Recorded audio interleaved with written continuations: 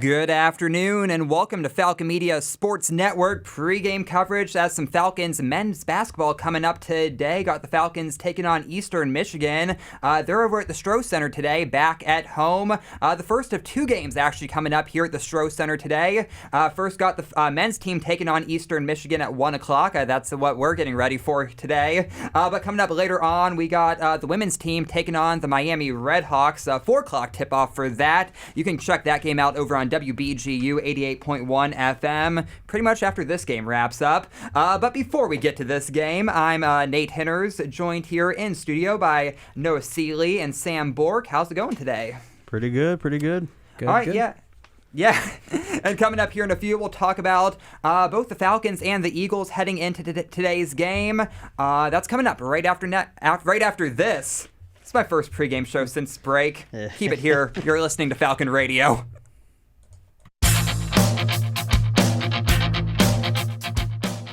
Bowling Green Hockey wraps up their weekend series against Lake Superior State on Saturday, January 17th. Falcon Media Sports Network's Ben Korak and Nathan Burkett will have the call of the game on WBGU 88.1 FM with puck drop at 7:07 p.m. Nate Henners, Gavin Gill, and Artie Abrego will have an in-studio pregame, halftime, and postgame show starting at 6:40 p.m.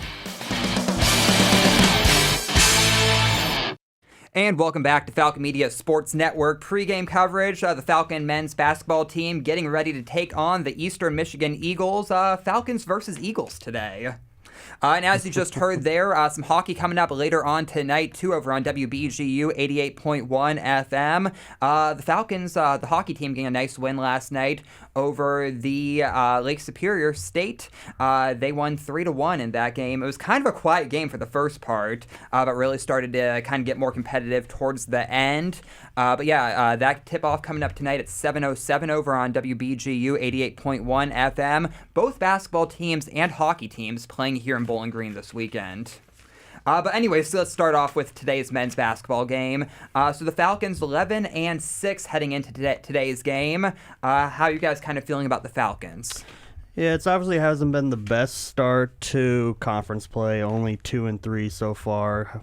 Putting them like right in the middle of the conference, towards the bottom part. But they've obviously had a real gauntlet of a schedule. They've already played the top 3 teams in the conference: Miami, Kent State, and Akron. All 3 losses coming to those teams. So you got the hard part out of the way. You know, you really don't have to deal with those top dogs anymore. So you really just have to focus on getting the rest of these wins in the conference, you know, against these, you know, even teams, sort of weaker teams as well. You know, you should be able to beat those teams. You can compete well with those teams. It's all about just how you finish. You know, it's all about how you start with Bowling Green. Obviously, their starts to those games against, you know, Miami and Akron have not been the best, but they've been able to crawl back a bit. It's just it hasn't been enough for them in those games. What have you seen, Noah? Yeah, like you said, they've struggled a lot to start the game. They always finish very good. They always make it interesting by the end. But not to mention, yes, we had a huge gauntlet with Miami, Kent State, and Akron, but UMass was in the top half projected for the MAC this season. Mm-hmm. Obviously, it's not shaping out that way, but you still got a huge win with that on January 3rd. So overall, yes, you've had a couple of losses, but it's against the top teams. You're going to lose games. It's going to happen during the season. So to come out with a 1-3 record in those 4 could be worse. So let's go over from the Falcons to the Eagles. Overall, 9-9 going into today's game. How are the Eagles looking going up against the Falcons? You know, struggling in MAC play, but overall have a better record. Yeah, you know, they're a pretty even matchup. They're right above Bowling Green in the conference standings. 3-3 in conference play there. So they're a pretty equal team there. They obviously have a former Bowling Green player in Braylon Green, so he is familiar with that team, and they are familiar with him as well. So you will have to look out for that. But they're led by their leading scorer, Mohamed Habhab, with 14.1 a game.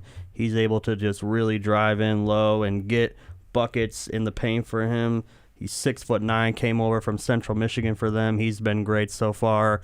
And Addison Patterson's been another great key for Eastern Michigan. He's only one of 2 players who have started every game so far for them. He's their 3rd leading scorer with 12.9 a game.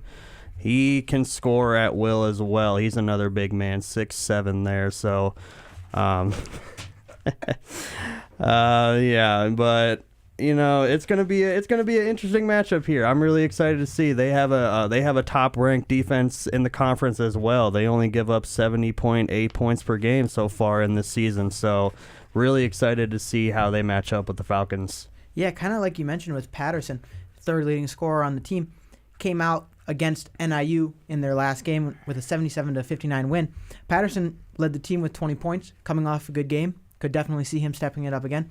And not to mention, if I were an Eastern Michigan fan, I'd be very excited to see Braylon Green come back and play us one more team. I expect a big game out of him. Yeah, definitely. All right, coming up here in a few, we'll check on out at the Stroh Center. Andrew Smith and Foster Rosti sitting by probably out there. Should mention, though, they are announcers for today's game. Think I forgot to mention that. I remembered my name at least. Goals for my first game after break. So keep it here. You're listening to Falcon Media Sports Network coverage on Falcon Radio.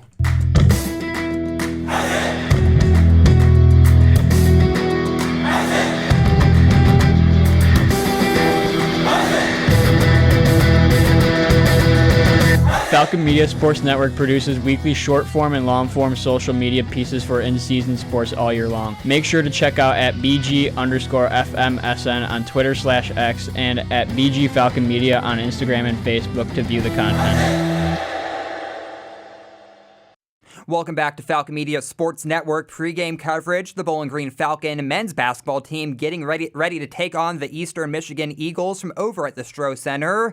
Nate Henners, Noah Seeley, and Sam Borg here in the Falcon Radio studio at the Clean Center. I'm Nate, by the way. And right now, those hand things on out to the Stroh Center for Andrew Smith and Foster Rosti as they get ready for today's game. How's it going out there? It's going great, Nate. Thank you for the introduction. We're here in the Stroh Center today. Eastern Michigan taking on Bowling Green. Bowling Green in the midst of a 2-game losing streak, losing to Kent State and Akron, 2 of the premier teams in the MAC. But after a nice week break, they have a chance to get back into the rhythm of the game and get a win here over Eastern Michigan with this game here. Andrew, what are you looking for right off the bat with these teams? Once tip-off starts, what are you looking for?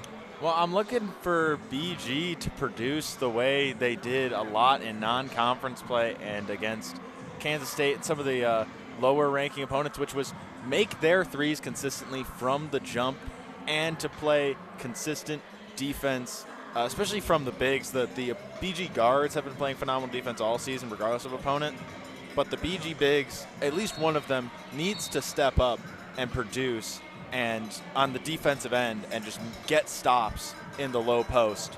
Haven't seen that consistently from the bigs and haven't seen consistent 3 balls coming out of BG. If they do those 2 things against an opponent like Eastern Michigan, their confidence would skyrocket. They can build off that and get bigger wins as this MAC season progresses. If you're Eastern Michigan, this is a chance for you to have a winning record in MAC play. Have a 4-3 record, get a big win on the road against a team that is just below you in the rankings, a team that you're going to be fighting for a MAC tournament spot against. And so this is a big test for these 2 teams that really just need a win in a big way. You're absolutely right. And as you mentioned, Eastern Michigan sitting in 7th in the MAC. Bowling Green's 1 below them at 8th. Both of them going to be jockeying for position down the line as we're getting closer and closer to the MAC tournament, as they both would get into Cleveland right now if the season ended, but there's still plenty of time for that to go. And as we continue to go here, Campbell has been a big competitor for the Falcons. No breaks in the last 3 games. That means an overtime win at UMass, full game at Akron and Kent State. So we're going to toss it back to you as the national anthem gets ready to play. Nate, thanks for this show.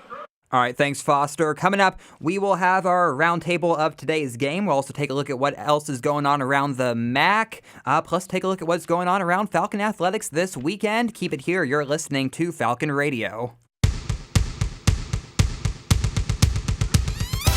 BG Women's Basketball returns home to the Stroh Center to host the Miami Redhawks on Saturday, January 17th in a MAC showdown. Falcon Media Sports Network's Lucas Kleinmeyer and Trey Kennedy will call the action for the 1 p.m. tip-off on WBGU 88.1 FM as the Falcons look to extend their winning streak to 3 games and improve their 3-win and 2-loss Mid-American Conference record. Listen in by streaming the game on bgfalconmedia.com. And welcome back to Falcon Media Sports Network pregame coverage. So Noah and Sam, pretty, evenly matched. An exciting matchup coming up today between the Falcons and the Eagles. How do you guys feel about the two teams and how play should go today? Yeah, I think it's going to be a big defensive battle. Obviously, these two teams are great defensively. Bowling Green, we've seen all season with them, especially in the steals category. With Javante Campbell especially able to rip the ball there. So Eastern Michigan's a great passing team. They can really rifle the ball around. So looking to see if Bowling Green can, jump those passing lanes, get some steals, easy steals there, get some transition buckets there. That'll be a big key for them. And obviously we're going to see Meyer Wall in the starting lineup once again. He has been amazing in the 3 games that he's been starting so far. 18.7 points, 5 rebounds, 53.3% from the field, 50% from 3, had 32 against Akron. He has just been unbelievable. To add on to that, 2 steals a game in the games that he has started. You were just talking about how the defensive efforts from the Falcons always keeps them in games. And Wool's going to continue to do that, along with Campbell, who in these last couple of games has had no breaks, has played every single minute of every single game, which is necessary for this Falcons team if they want to win. Oh, absolutely. I mean, when you have a guy like that who you can just consistently rely on, who will, just play the full games out, is not tired, is not going to take any breaks. It's so huge for you and your team to have that guy you can rely on. And Javante Campbell has been nothing short of that. He has been their MVP so far in this season. And it's pretty much what we saw coming with Campbell. But I don't think anyone truly saw it getting to this point where he's being a defensive menace, which we already knew he was going to do, but also getting those 47 points, getting those 30-point games, and playing the entire game. Because you have injuries like Justin Thomas, Javon Ruffin being sick. He played 30 minutes and only had 2 points. Everyone knew he was sick that night. Yeah. But Campbell being able to take over those minutes is amazing. Yeah, and especially, obviously we're into the mid-season now, mid-January, so injuries are going to start happening, wear and tear is going to get to these guys. So to be able to rely on, Javante Campbell, Meyer Wall, Sam Towns, have those guys healthy for you is really key for the Falcons. Yeah, and the Falcons are definitely used to having a little bit of an injured lineup. We saw it last year. They had to go deep into their bench, so I'm sure they can be able to do it this year as well. Taking a look at what else is going on around the MAC today in men's basketball. Coming up, of course, at 1 o'clock today, we got Eastern Michigan and Bowling Green, but also at 1 o'clock, got Buffalo taking on Miami. At 2 o'clock, Western Michigan and Akron. And at 3 o'clock, UMass taking on Northern Illinois. So a lot of action going on this afternoon in men's basketball. 2 games at 1, 1 game at 2, and 1 game at 3. We'll keep you updated on those games as we continue on with our show today. And also what's going on around Falcon Athletics this weekend. Women's swim, they got a duel going on today. They're taking on Duquesne University and Marshall University down in Huntington, West Virginia. That meet started at 11 o'clock today. And of course, as I mentioned earlier on, more basketball going on today. Some women's basketball happening at the Stroh. 4 o'clock tip-off as the Falcon women's team takes on Miami of Ohio. That game going on over on WBGU 88.1 FM. And then following that game on WBGU, the Falcon hockey team taking on Lake Superior State once again. They take on the Lakers, 7:07 puck drop for that. Again, women's basketball and hockey will both be on WBGU 88.1 FM tonight. Really a double dose of sports over there tonight and a double dose of basketball today. So really, you could just listen to this game, then go over to BGU for the women's game, and then go over, then stay there, I guess, for hockey. So, yeah, a lot of sports going on today here in Bowling Green. All of those 3 games here in Bowling Green, and we have those all covered here on Falcon Radio and WBGU 88.1 FM from the Falcon Media Sports Network. All right, coming up for us now, about 7 minutes away from tip-off. We'll have our Falcon 4 keys to the game, as well as final thoughts heading into today's matchup. Keep it here. You're listening to Falcon Radio.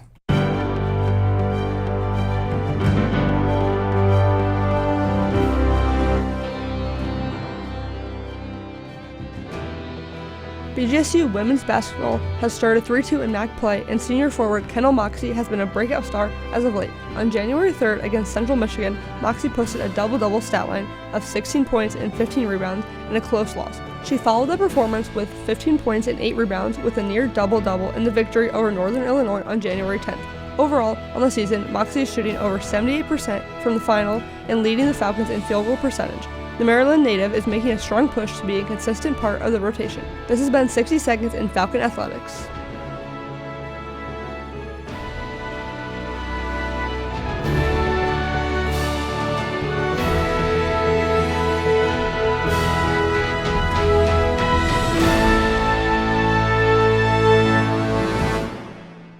Welcome back to Falcon Media Sports Network pregame coverage. The Falcon men's basketball team getting ready to take on the Eastern Michigan Eagles in just about 5 minutes away until tip-off now. Noah and Sam, your final thoughts heading into today's matchup? Well, yeah, my one big key to this game, in honor of A$AP Rocky's new album, is don't be dumb. All right, don't dig yourself a hole early in this game. You got to come out hot. You got to make your shots. You cannot fall behind in this game and have yourself catching up for the rest of this game. Even though they've shown that they can do that, if you are making your shots, if you're coming out early in this game and, you got a lead going and you're using this second half, push, that can really just extend that lead and really get this game further away from you. I don't really expect that to happen with this Eastern Michigan team. They don't really have that sort of offense that can really just explode and really drive away from a team, but we've seen it before. But Bowling Green has a great defense, so I think they'll be able to keep Eastern Michigan sort of contained just a little bit. And also with that, just their defense. You got to fight their defense with your defense. I've talked about it before, but these are two defensive juggernauts, so it's going to be a defensive battle. You gotta force your turnovers. You gotta get your rebounds. Okay, this is a great rebounding team too. So if you can out rebound them, stop their second chance points, second chance opportunities, you'll be in the driver's seat in this game. My key to the game, Sam, is pretty simple. We've talked about it all day so far. Feed the hot hand. Myra Wool's been playing great. You need to continue to look to him. You need to continue to obviously look towards Campbell. We've had trouble shooting at home. No surprise to anyone. Clearly, we are a better away shooting team than we are at home. So we need to start making those shots early in the game, like you mentioned. And I think the way you do that is you look towards those hot hands because they'll be able to make the shots. Absolutely, yeah. All right, thanks, guys, and that's going to wrap things up for our Falcon Media Sports Network pregame show. I'm Nate Hinners, joined here in the Clean Center by Noah Seeley and Sam Bork. We'll be back with you guys coming up at halftime. For now, though, it's time to hand things on out to the Stroh Center with Foster Rostein and Andrew Smith for today's basketball action. How's it going out there? It's going great. Thank you, everybody, for the pregame show. And as the game gets ready to start and the Freddie Blimp returns to its home, we are going to be underway here in Bowling Green, Eastern Michigan, Bowling Green, here in the Stroh Center. Andrew, it's going to be a good game. Bowling Green off a week break. They have rested legs, and that is great for this team. Justin Thomas, in the game against Miami, Ohio, went down with an ankle injury. Didn't play versus the UMass Minutemen. Limited minutes at Kent State, limited time against Akron at home. Javon Ruffin didn't travel with the team to UMass. Limited minutes against Kent State in Kent State, and the same thing. He had 30 minutes versus Akron, but you could tell he was not 100% to play. By the looks of it, with the way they're going to play today, it looks like both of them are ready to go today, and having both of them back is just a huge step in the right direction for this Falcons team. What have you seen from those two? those two guys, I mean, they're your shooters. They're the most consistent I've seen on this team. Are the dudes that can make big buckets from beyond the arc and help out Javante Campbell, who with them hurt has had to put most of the offense on his back, as he had to do last season. So he is used to it. We saw the 47 points against UMass. He can do it. It's just preferable he doesn't. He would like to get some rest. He would like to not have it all be on his shoulders. So the two of them, they relieve some of that. They hit big threes. And they also play great defense. I see great defense coming out of both those guys. To have them back, hopefully fully healthy after a week's worth of rest, it's going to be a big game and a big showing out for these fully healthy Falcons. Absolutely. And one of the players who stepped up with Thomas and Ruffin out, Myar Wool, the 6'7" forward, over his last 3 games, which he has started, 21.6 points, 5 rebounds, an assist, and 2 steals a game. He has become a great and very fast scorer that Todd Simon said he's just a fantastic scorer. He's the guy that we've got a whole set of about 20 plays that they will run for him just because when he gets going, there is nothing that you can do about it. And when you watch him play, once he starts to get the offense rolling, he becomes a dynamic player for this Falcons team. He really does, Foster, and I love what I've seen out of him in the recent MAC games. Not only is he producing on the offensive end, he's starting to get more comfortable on the defensive end as well. But somebody else, one of the bigs that I need to see a big game out of, because beyond Kansas State, he's been mostly quiet this season, Sam Towns. Sam Towns needs to get going. Sam Towns needs to hit a couple shots beyond the three-point arc. If this team is going to have a MAC tournament run, everybody needs to be at peak form. Everybody needs to be hitting from beyond the three-point arc. Todd Simon loves drawing up plays to get you open looks. You got to hit those open looks. If they do that, if they all can hit, all their shooters can hit consistently from 3, and the big step up on defense, I truly think those 2 keys will win them MAC tournament games. You're absolutely right, and you talk about that Kansas State game where they went to Kansas State and won on the road, which may be one of their biggest wins to date this year. And people might get tired of us talking about it, but we're going to keep talking about it because it's a huge win for this program. And not only is it a huge win, it's a huge shooting win. You talked about opening shots. 46.2% from 3 in that game, 12 for 26. 45.2% from the field in that game, 28 for 62 for Bowling Green in that game. That's one of the games that you see that when they're clicking and when they're 100% ready to go and they're hitting on all cylinders, that is the type of team that this Bowling Green team can be. A deadly shooting team, but also holding a Kansas State team who at the time had one of the best scorers in the nation in P.J. Haggerty, only to 17 points, and holding a Big 12 opponent to 66 points at home is something that, for Bowling Green, is something they need to look at and try to figure out how they can do it again. And as we're here with starting lineups getting announced, we will have them for you here in the Stroh Center. Bowling Green versus Eastern Michigan. 2 teams jockeying for position down the line here for the 2 teams. And for Eastern Michigan, guard Aiden Rubio, guard Braylon Green. Braylon Green last season with the Falcons didn't get too much playing time. Now has found a new home in Eastern Michigan and is a starter. Addison Patterson, the guard. Mo Habhab, the forward, Central Michigan transfer, didn't get much playing time in Central Michigan. And Godslove Wubude is their 5 that they are rolling out. And for Bowling Green, Javante Campbell, Javon Ruffin are your point guard and shooting guard. Myar Wolf getting his 4th start in a row. Sam Towns and Troy Glover round out your starting 5. And with that, the ball will be tossed up and the Falcons will win the tip, and we are underway in the Stroh. Javante Campbell brings up the ball. He'll get it to Glover. Glover with Wubude on him. He'll hand off to Campbell. Campbell hands off to Ruffin. Ruffin will hand off to Wool. Wool will get it into the middle of the paint. Wool back out to Ruffin. Ruffin takes it to center paint. They'll hand off to Campbell. Campbell, he'll get Towns the ball.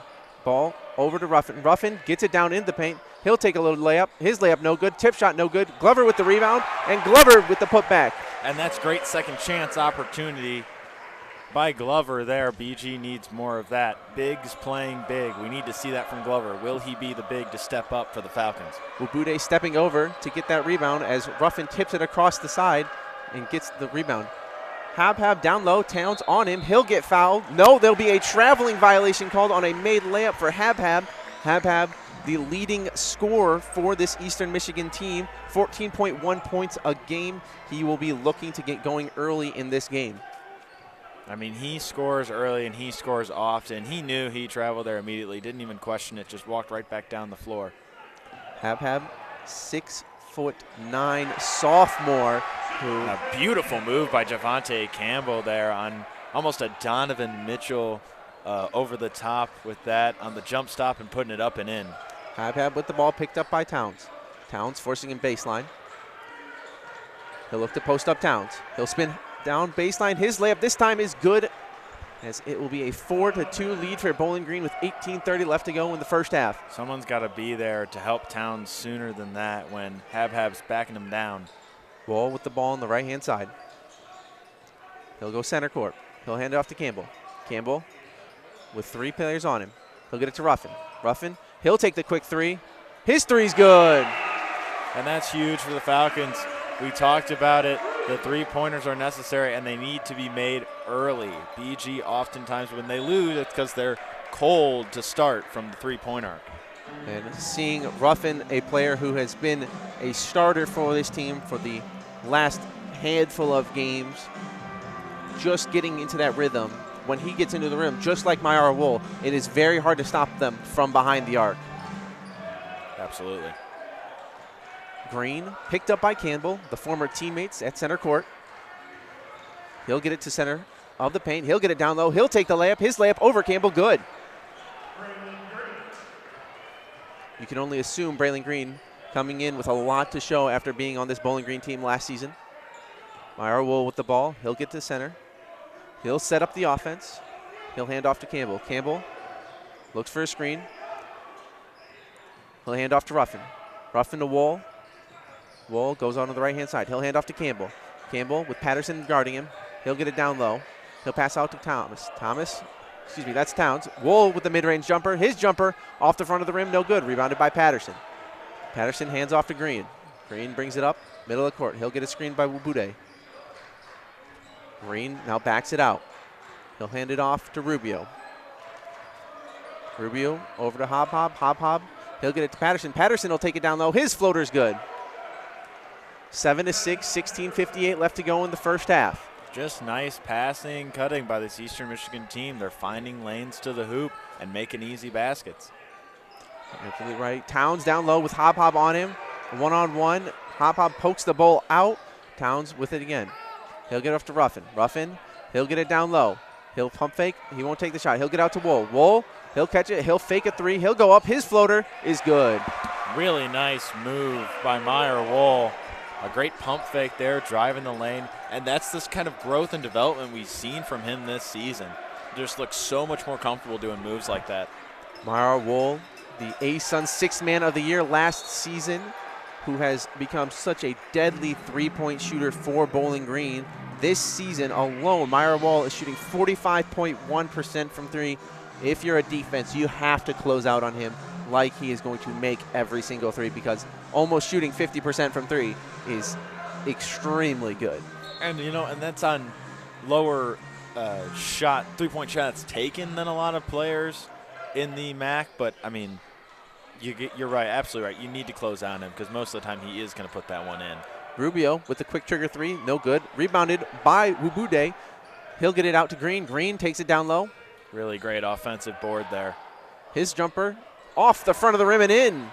And with a little look to Todd Simon on the bench, too, after he puts that one through.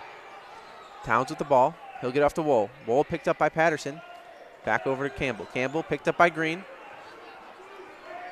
Green extending the defense, almost out to center court as Campbell gets the offense to roll. Ruffin gets a screen from Glover. He'll pass it out to Campbell. Campbell over to Wool. Wool gets it down to the paint. He'll get it to Ruffin. Ruffin fakes the 3. He gets it down to the paint. He gets a layup to go. through a lot of contact as well. Yeah, great job by Ruffin there. I mean, I kind of like the no call in that situation, though. Not too much contact. Ruffin tried to sell it a little bit, but great job by him. I love the pump fake. He knows the guys are going to close out on him quickly. He knows they think he's pulling up with it. So great job by him driving the lane instead. Patterson down into the paint, out to Hop Hop. Hop Hop picked up by Sam Towns, picked his pocket, and Campbell is all alone for the throwdown, which just kind of tips around off front of the rim and falls in. A little too close there for Javante Campbell on a dunk attempt. A little too close for comfort there. Just, I think, trying to show off maybe a little bit, make it look easy, but instead makes it look a lot more difficult. Hob Hob with the three, off the front of the rim, no good. Rebound fought for.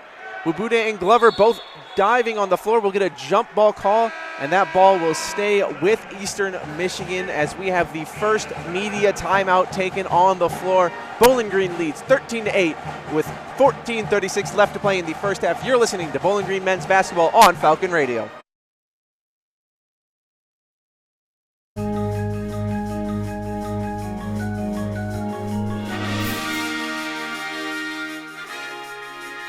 BGSU Gymnastics hits the road for the first time this season to take on the Ball State Cardinals in Muncie, Indiana, on Sunday, January 18th in Maxham. Falcon Media Sports Network's Noah Seeley will have the recap of the meet on bgfalconmedia.com.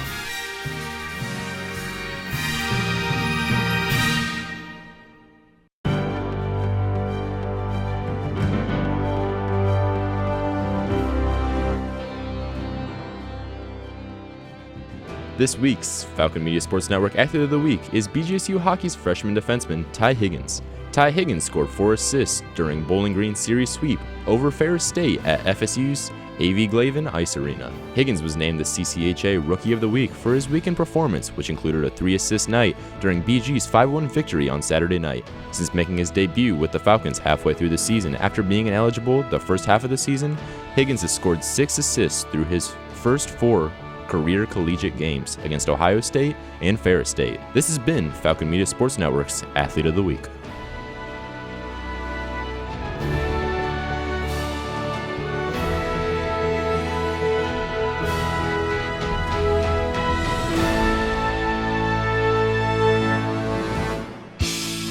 Check out live updates on X at BG_FMSN.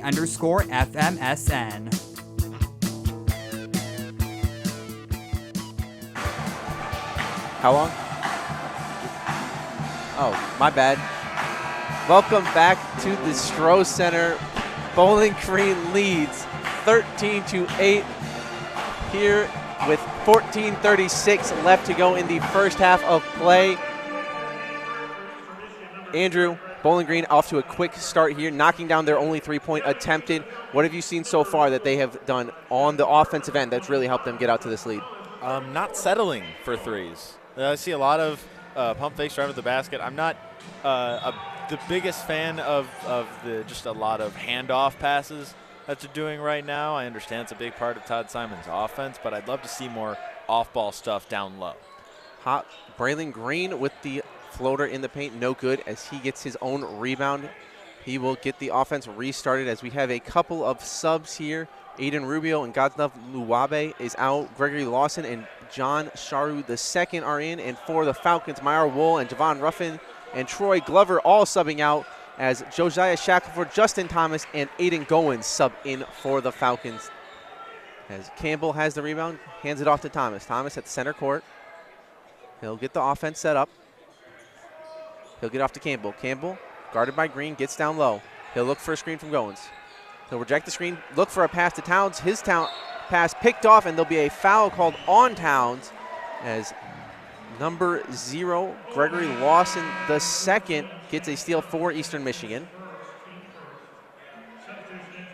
I mean, all the contact we've seen so far from both sides with not really any fouls getting called, and that's the one that they call there. It's just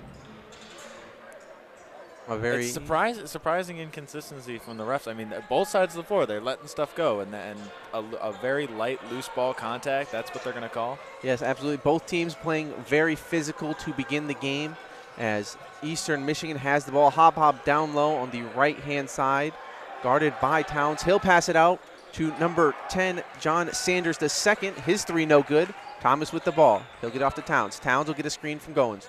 Goins will go down and post up. He'll step out.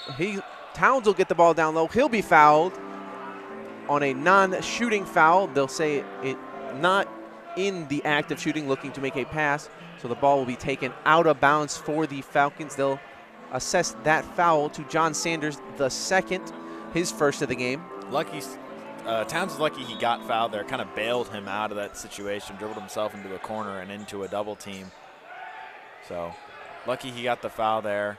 Want to see the offense get more ball movement going. Goins misses the shot down low with Hop on him. There'll be a quick trigger three off the rebound for number 0, Lawson. Lawson's three, no good. Shackelford brings the ball up the court. You don't want to see that if you're Eastern Michigan. You're down in this first half early. You want to get your offense into a rhythm. That is not the shot in that situation. As Campbell will get his pocket picked by Patterson. Patterson will take it all the way for the dunk. And as you talk about settling for shots, Eastern Michigan 0 for 5 from 3 to start this game, but only down by 3. Campbell with the ball picked up by Patterson.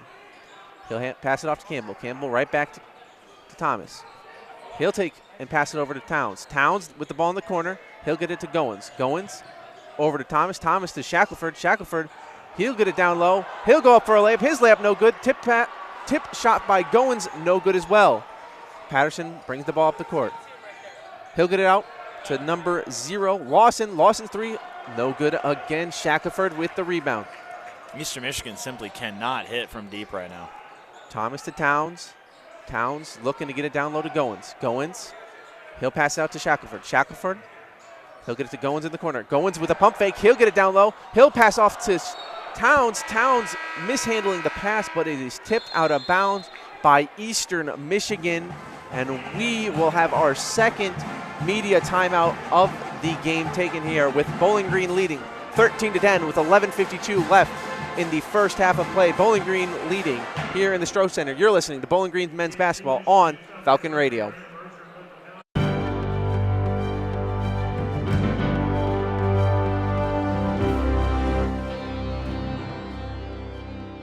The NCAA Division I Cabinet has announced new transfer portal windows for the men's and women's college basketball teams. The transfer portal for both sports will open 15 days after their respective national championship games. The women's portal will be open from April 6th through April 20th, while the men's portal will run from April 7th through April 21st.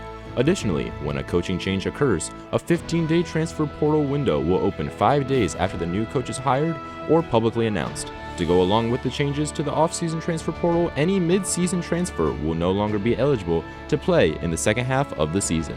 This has been 60 Seconds in Falcon Athletics.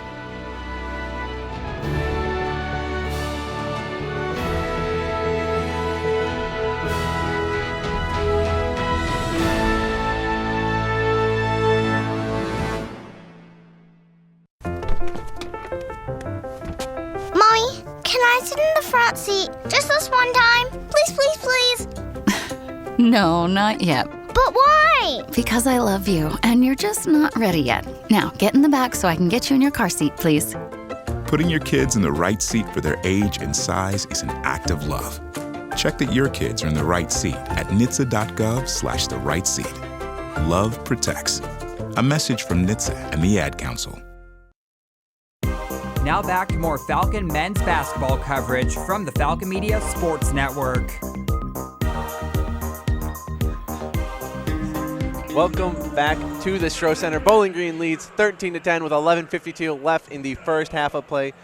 Eastern Michigan starting to get their way back into this game. Although they have not made a three, they're clawing their way back into this game. What have you seen from the Eagles that they've gotten this game back to a three-point game? Just forcing Bowling Green to make mistakes.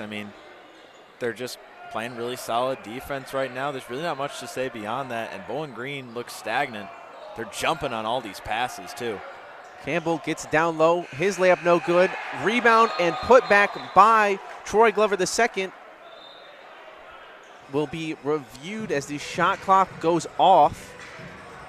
And so we will have the refs over at the scorer's table looking to see if that shot was up before the 30-second shot clock goes off. big bucket here. We'll see. Yeah, that could go. I can see this going either way, but also it really felt like Glover got fouled on the way up, and no call on it there. Really just under the basket, it seems like the refs are really letting them play. So if you're Eastern Michigan or BG, either one of these teams, you really need to recognize that, and you need to play big down low. Go for every block, really just put guys on the floor and go for every second chance opportunity, go for every rebound, because they are really letting it go in the paint. Absolutely right. Two physical teams to begin with, both one of the better defensive teams, both of them allowing 70.8 points per game. They will call a no basket here. Buzzer going off before Glover can make the layup. And now Todd Simon talking to the coach, looking for that foul call, as he's not going to get it, and that bucket will be no good. We will have Eastern Michigan with a full court press now by the Falcons. Patterson picked up by Shackelford. Falcons love doing the full court press, and honestly, I love them for it. Force the team to make mistakes, and there's one right there, loose ball. Thomas picks up the loose ball. Baseball passes it down to Towns. Towns off to Shackelford. Shackelford get it to Glover. Glover to Towns. Towns takes it down low. His floater, no good. Rebounded by Glover, tries to save it in. Goes right to an Eagle, and Patterson throws it down. We'll have a 1-point game. What a dunk by Patterson. Basically on Towns' head, who tried to go for the block. Hate the shot attempt by Towns, but I love the hustle by Glover on that ball out of bounds. Absolutely, as Campbell now has the ball, getting a screen fight from Glover. He'll throw it down low, and there'll be a lot of contact there, as Sanders will get hit with the foul. Not a shooting foul, a foul on the catch for Glover there, as the lob pass. I mean, you can't do that. Sanders cannot do that there. I mean, somebody's going to. He jumped so high in the air, he was practically on top of Glover. That was almost dangerous for both players.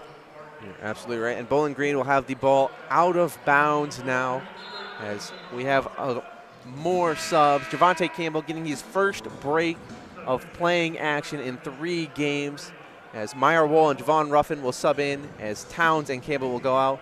And for Eastern Michigan, Patterson, Alderink, and Mancy all subbing out. Hob, Sanders, and Ellison all in for the Eagles. Meyer Wool with the ball, getting down into the paint. His layup attempt, no good, but he will be fouled and will be heading to the line for the first free throw attempts of the game with 10:37 left to go in the first half of play. I love the way Wool is playing right now. He's playing aggressive. He's playing with confidence. He is getting to his spots, attempting his shots, and he's trying to dictate the pace where the other Falcons are playing to Eastern's pace right now.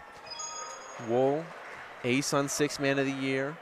One of the emergers here for the Falcons, as we talked about in the pregame show. 21.6 points per game over his last 3 starts, which includes a career high for him of 32 points. He has been a great player here for Bowling Green as he knocks down both free throws. Really just a phenomenal talent, and a guy that's still developing to get better and better as these games go on. The Falcons in that 1-3-1 zone now. Hob with the ball at the free throw line. His jumper, no good. Rebound Lucky fought he for missed that one there by the Falcons as Glover comes down with it. Shackelford brings the ball up the court.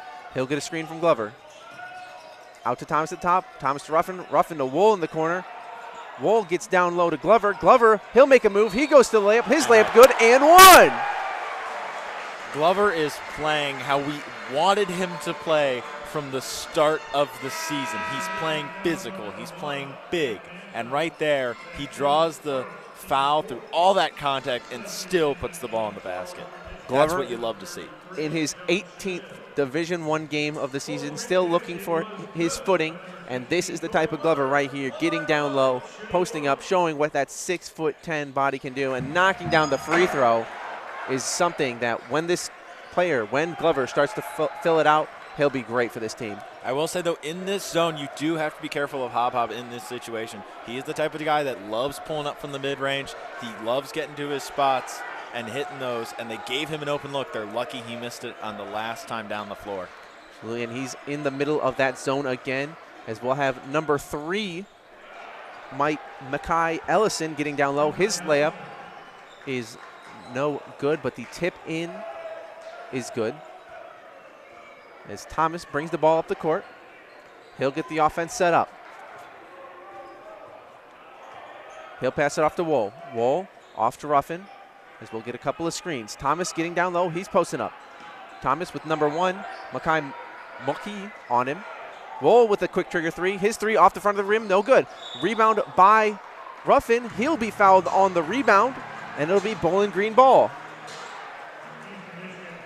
And Eastern Michigan's coach very upset about it. And honestly, I kind of agree with him. That's really light contact that you haven't been calling for the majority of this game, and you're calling it there.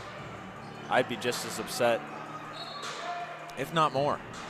Absolutely, as the Falcons will inbound it. Wool will get a quick trigger three and one!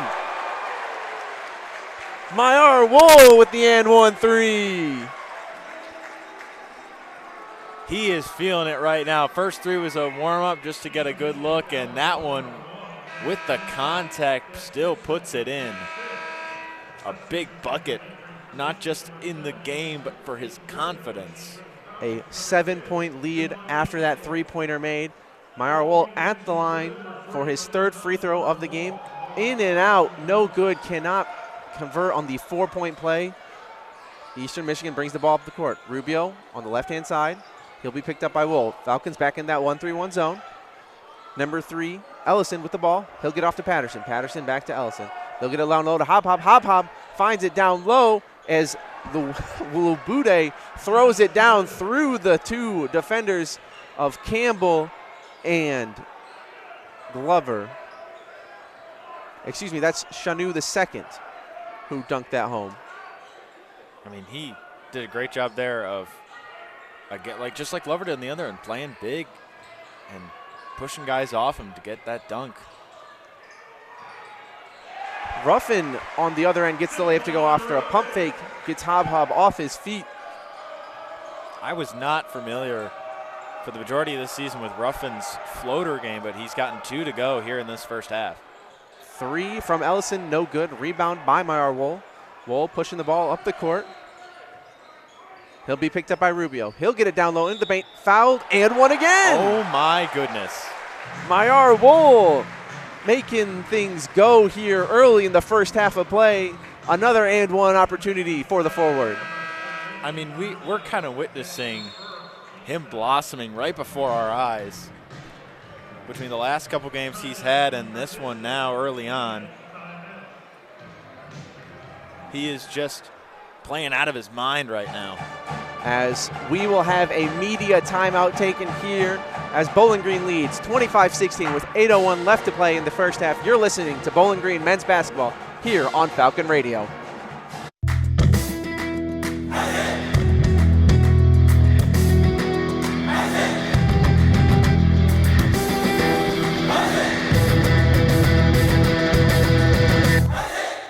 Looking for a BGSU Athletics talk radio show? Tune into the Zig Zone every Sunday at 4 p.m., where a panel of Falcon Media Sports Network members discuss the hottest BG sports topics. Only on WBGU 88.1 FM.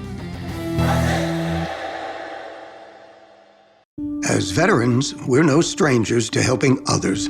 That's what we were taught, service before self. But we do have one question for the veterans listening.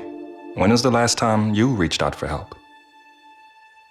If you or someone you know needs resources, whether it's for stress, finances, employment, or mental health, don't wait. Reach out. Find more information at va.gov/reach. That's va.gov/reach. Brought to you by the United States Department of Veterans Affairs and the Ad Council. You said you'd never buy your kid candy from the checkout aisle.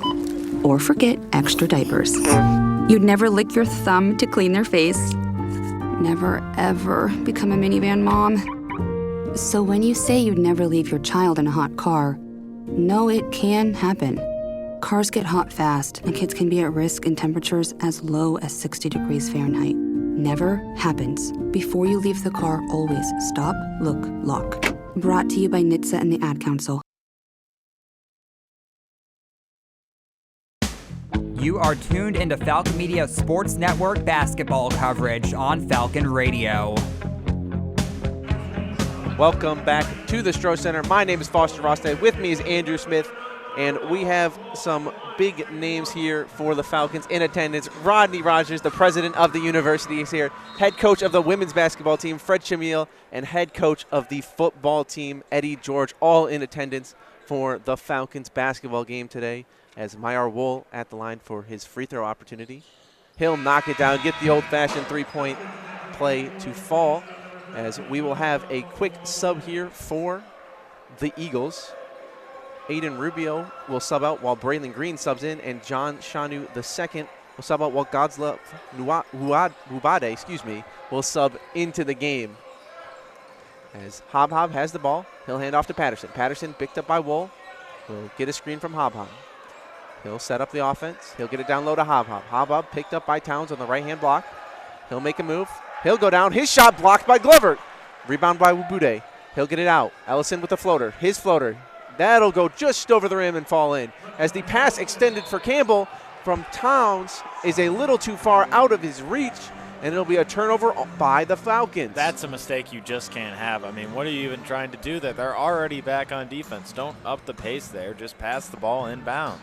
Trying to do too much. The Falcon team does like to play a very high pace of play for them, and they're not going to slow down regardless of what happens, but in some situations it does hurt them, as Ellison will get a screen and then be fouled by Campbell, grabbing him as he maneuvered his way around that screen. And that will be the first foul on Javante Campbell, and only the second foul on the Falcons. They're doing a good job so far of staying out of foul trouble. Maybe a couple that haven't been called, but also a couple that haven't been called for Eastern Michigan on the other end of the floor. And we'll have a foul before the ball is even inbounded on Sam Towns. Maybe got too aggressive trying to guard Hob there, but questionable nonetheless. I mean, you gotta be on this guy. You have to face guard him. Wonder if he just gave him too much of a hand check. Now we'll have Shackelford guarding Hob. Hob's shot, no good. Rebounded by Wubude. Wubude picks it out to Green. Green gets down in the paint. His floater off the front of the rim, no good. And we'll have a foul on the floor on number 11 for Bowling Green, Javon Ruffin. Just as we talk about Falcons not being in foul problems. Caster curse. Quick, it is indeed. Quick fouls on Towns and Ruffin, putting them at 4 fouls after 2 missed shots by the Eagles. Green inbounds the ball to Hob. Hob out to Patterson. Patterson at the top of the key. He'll get it down low. His shot, no good. Almost blocked there, it looked like, by Glover. Shackelford brings it down the court. Wool, he'll take another 3. His 3's nothing but net. Myar Wool, welcome to the show. 13 points. And there's still just under 7 minutes left in this first half. Hob down low. Shackelford guarding him. Bit of a mismatch as his shot blocked by Glover the second. Glover, though, does come up limping and hits the ground as Shackelford will bring the ball up the court. He'll get it to Wool. Wool will take another quick 3 and knocks it down again. Glover is hurt, though. This is bad. As Wool knocks down back-to-back 3s, we will have a timeout taken on the court, and we'll stay right here with you as Glover holding that left ankle, and we'll have a sub for him. Camden Carroll, the freshman, will sub in for Glover. Glover walking off on his own power, but we'll head back to the locker room here. I mean, this could be anything besides he rolled, between him rolling his ankle very badly on somebody else's foot, or it could be a sprained ankle, or it could be an ACL tear. I mean, we don't know. But they're taking him back into the locker room. At the very least, he's going to rest up for the rest of this half, I would guess, possibly for the rest of this game.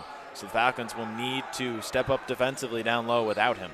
Camden Carroll, the freshman, has gotten limited playing time this season, but when he does get playing time, he has shown flashes, as we will get a quick foul called. No basket on the putback dunk, and they'll have a foul on number 15, Camden Carroll, his first foul of the game. It'll be a shooting foul on Carroll, so Braylon Green now heads to the line. I mean, really tough to lose Glover in this situation. He's got 3 rebounds already, 3 blocks as well.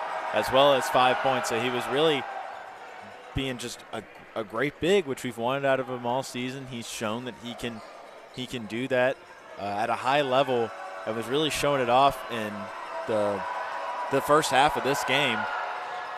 But sucks to lose him in the game this early, especially, and possibly to an injury that could sideline him for longer. But we shall see. Who can step up here, though, is the question. As Braylon Green knocks down both of his free throws, they'll get it back to Mayara Wool with another three, and he's nothing but net again. Mayara Wool knocking down 3 threes in a row here. 4 for 5 from behind the arc, and 19 points with 5:54 left to go in the first half of play. He can't miss. This is unbelievable. He missed his first attempt and has hit 4 straight. And Hob banks the three in on the other end. Great response by Eastern Michigan. Open look 3 for themselves. As now Mayara Wool getting a lot of attention. They're sending 2 players at him, and the Eastern Michigan Eagles in a zone. Camden Carroll down low. He'll knock down the layup. Beautiful ball movement by the Falcons there. That's something we've also liked to see this season. We've been very rarely treated to, especially ball movement down low in the paint. And Carroll gets an easy bucket there to get himself going. Eastern Michigan was in a 2-3 zone, as Carroll gets the open layup. Hob setting the screen for number 3, Ellison. Ellison will get it off to number 13, Wubude. Wubude off to number 5, Braylon Green, who will knock down the mid-range jumper. Carroll there didn't switch. Tried to switch off the screen with Ruffin. Ruffin wanted him to stay on his man, and that caused the open shot for Green. A new defensive look here for Eastern Michigan into the 1-3-1 zone, as we will see how the Falcons work to break it. Wool off to Campbell. Campbell, he'll get it to Shackelford. Shackelford, he'll get it to Campbell. Campbell, he'll get it back to Shackelford. Shackelford fakes the three. He'll pass it to Ruffin. Ruffin in the corner. His three. He knocks it down. And that's the beautiful thing about Wool hitting 3-ball after 3-ball is it gets the rest of his teammates going. They want to hit some shots too. Ruffin now 2 for 2 from beyond the arc. And just a quick update on Troy Glover. He is standing behind the Falcon bench and looking like he is warming up, walking around, which is a great sign for the Falcons, as he will head to the scorer's table right now and get ready to sub back into the game, as Hob was fouled on his layup attempt by Mayara Wool. And we will see Hob's first 2 free throw attempts of the game. Glover probably got his ankle taped up, probably, like I said, just rolled it on somebody's foot. One of those injuries that feels like it hurts so much when it happens, and then you give it a few minutes and it's okay. But probably extra tape on that ankle, and it looks like he's tying his shoes extra tight for extra ankle support as he checks back into the game. Glover, 5 points, 3 rebounds, and 3 blocks to start the game. Subs in for Camden Carroll. Carroll making the 1-shot attempt. He gets his layup. So great little run there for the freshman, as Hob knocks down both of his free throw attempts, up to 7 points on the game, 3 rebounds. Eastern Michigan back in the man. Would love to see Javante Campbell get a bucket here, get himself going a little bit. Campbell with 4 points, 3 rebounds, a steal. Been very passive so far in this game, but other Falcons have been filling it up early. As Shackelford has the ball, he'll make a move, he'll get down low, he'll take a little floater, his floater no good. Rebound by Patterson, he'll get it off to number 3, Ellison. Really good look there for Shackelford. Love the move he made inside, but just got to do the biggest thing correct, which is make the shot. Couldn't do it there.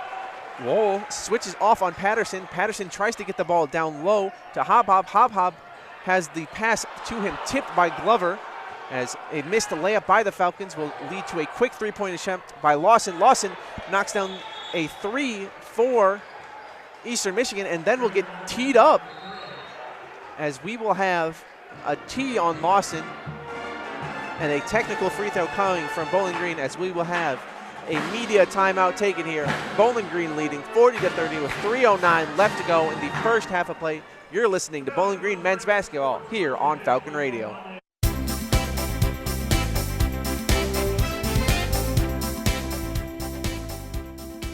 Bowling Green Women's Swim and Dive continues their historic and record-breaking season as they battle Duquesne and Marshall in Huntington, West Virginia on Saturday, January 17th. Falcon Media Sports Network's Dawson Pelter will have a recap of the meet on bgfalconmedia.com.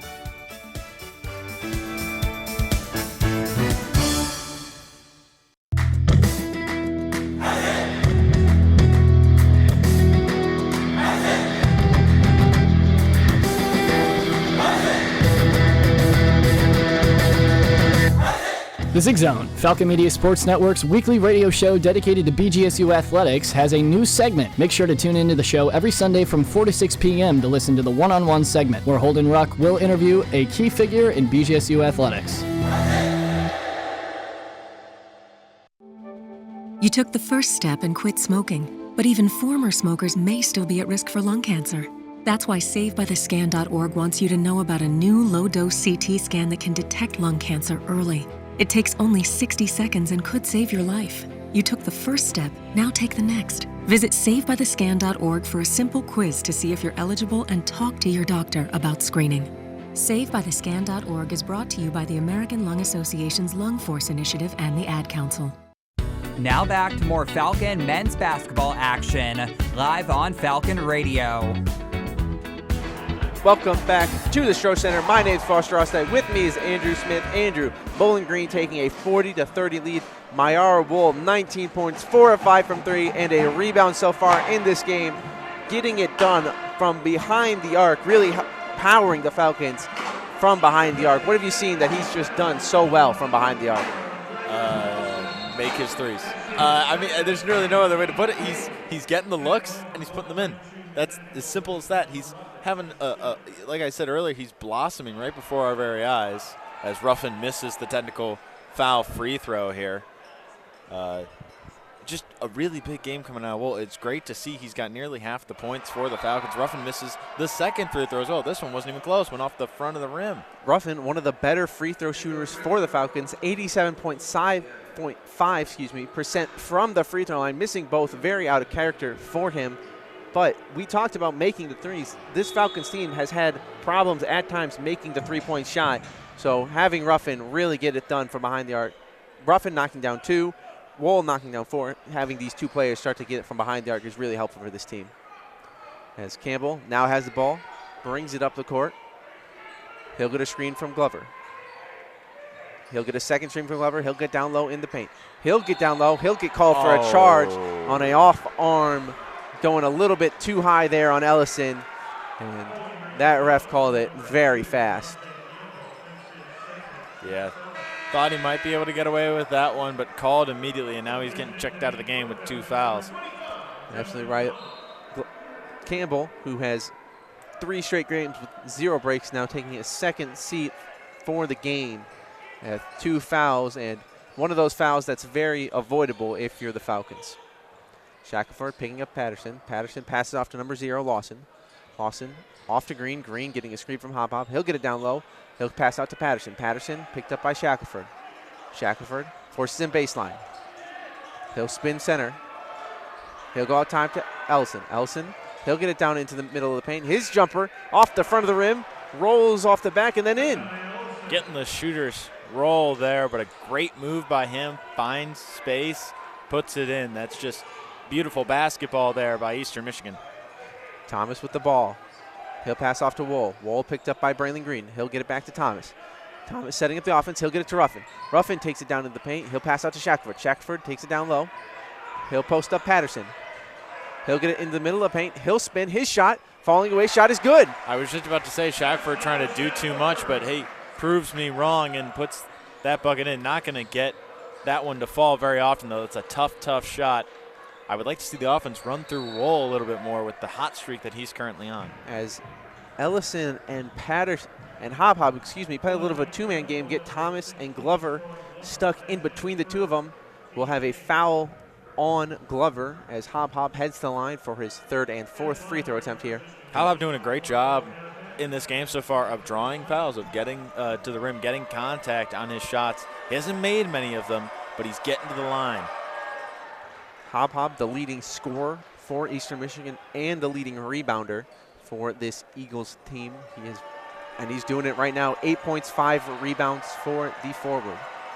As his second free throw is in and out, no good, as Shackelford gets the rebound. Shackelford brings the ball off the middle of the court. He'll get a screen from Ruffin. He'll now pass it off to Ruffin. Ruffin with Patterson on him. He'll get it down low. He'll get it out to Shackelford. Shackelford, Thomas. Thomas to Wohl.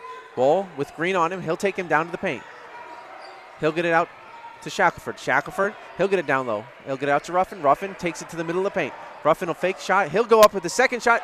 The shot after the pump fake is good with a lot of contact. Going high off the glass, putting it in, trying to draw the foul, doesn't get it. Hob picked up by Glover. He'll pass off to Ellison. Ellison picked up by Thomas. He'll get it down low. He'll get Thomas up in the air. Fouled and one. As we will have Ellison heading to the line for a free throw attempt and an and one opportunity. And we'll see here who they gave that foul to. As Ellison knocks down his shot. And they'll give that foul to Justin Thomas with 56.6 left to play here in the first half. Really surprised that Ruffin doesn't get the call on the 1 and the 4, but they're going to call it on the opposite end on that shot attempt. I felt like there was a lot more contact on Ruffin there. But regardless, Falcons need to stay out of foul trouble. They were doing a great job early on. And since then, since we mentioned it, they've gotten themselves into foul trouble. Ellison knocks down the free throw attempt. 44-36 with 50 seconds left to play in the first half. Wohl with the ball. He'll be picked up by Green. He'll pass it off to Shackelford. Shackelford will take it down low. He'll dunk it home! What a dunk by Shackelford, rising up, throwing it down.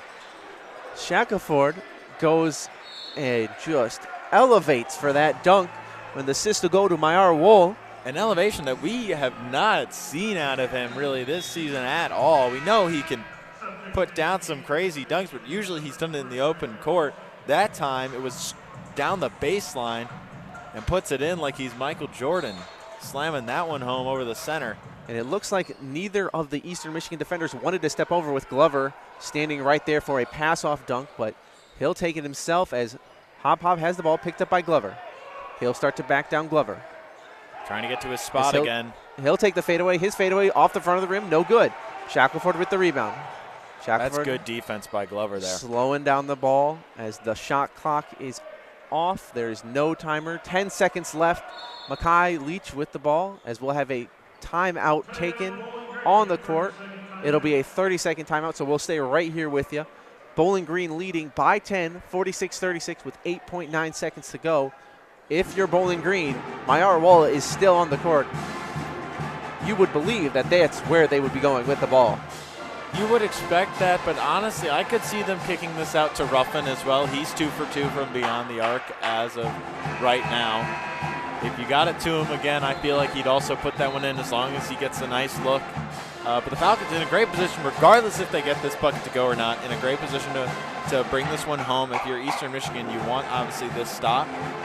Best case scenario for the Eagles, they get a steal somehow or a block, and they manage to get it down the floor and get a shot attempt of their own. But with 9 seconds on the clock, it is entirely possible. Absolutely right. And Campbell will sub back into the game here for Makai Leach.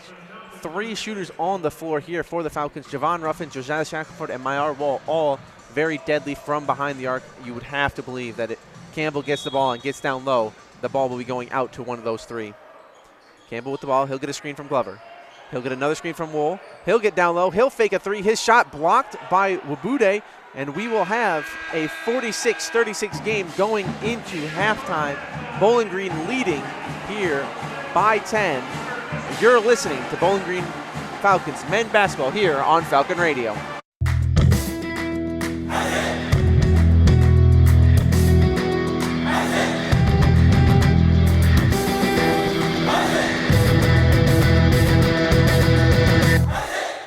Falcon Media Sports Network is finally back on the road with BGSU hockey. Make sure to catch the voice of Falcon hockey, Ben Korak, on the call for every BGSU game this season on WBGU 88.1 FM.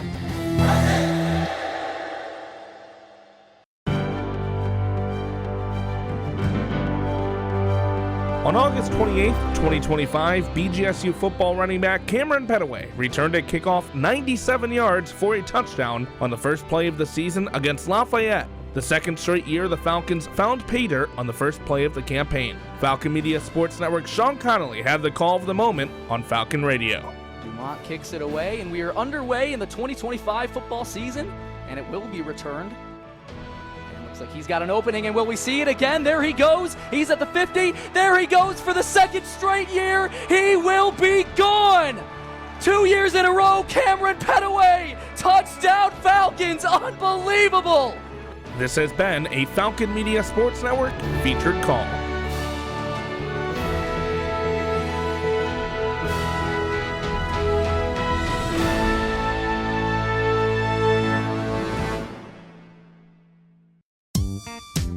When I smoke weed, I get lost in the music.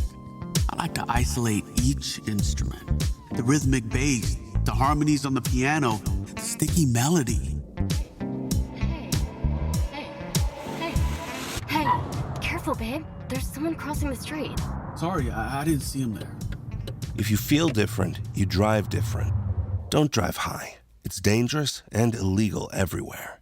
A message from NHTSA and the Ad Council. This message is for Karina, our mom who finished her high school diploma at age 28. Hi, Mom. It's Emmettith and Nicholas. Congratulations on getting your diploma. You worked so hard and have taught us so much. We love you. When you graduate, they graduate. Finish your high school diploma for you and for them. Visit finishyourdiploma.org to find free and supportive adult education centers near you. Brought to you by the Dollar General Literacy Foundation and the Ad Council.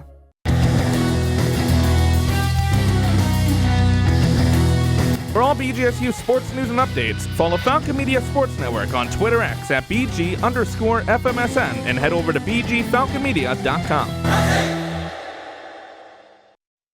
Welcome into our Falcon Media Sports Network halftime show for some men's basketball action. In case you're just tuning in, Falcons up here at the half, 46-36 over the Eastern Michigan Eagles. Nate Hinders here in the Clean Center studio, joined by Noah Seeley and Sam Bork. Noah, again, Falcons up by 10. What happened that first half to get them up? Well, I mean, we were talking about it on the pregame show, Nate. The Falcons needed to come out, and they need to come out strong with their shooting, and that's exactly what they've done. They led the entire first half. They made 18 out of their 28 field goals to Eastern Michigan's 14 of their 29. They had a highest lead of 15, and just overall, they were just dominant. And they did exactly what we told them to do, Sam. They gave Meyerwold the rock. He had 3 threes back to back to back. Correct me if I'm wrong, but just great job by the Falcons. Yeah, the hot hand has remained hot. Meyerwold has been unstoppable so far in this game.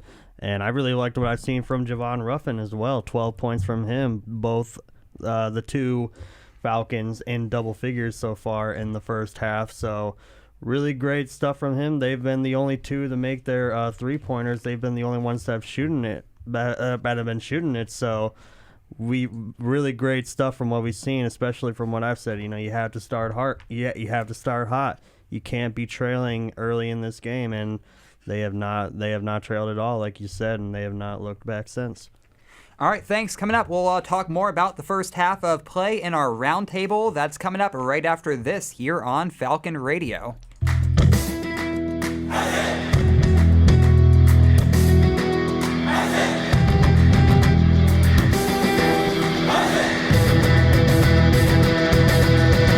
Falcon Media Sports Network produces weekly short-form and long-form social media pieces for in-season sports all year long. Make sure to check out at BG_FMSN on Twitter/X and at BG Falcon Media on Instagram and Facebook to view the content.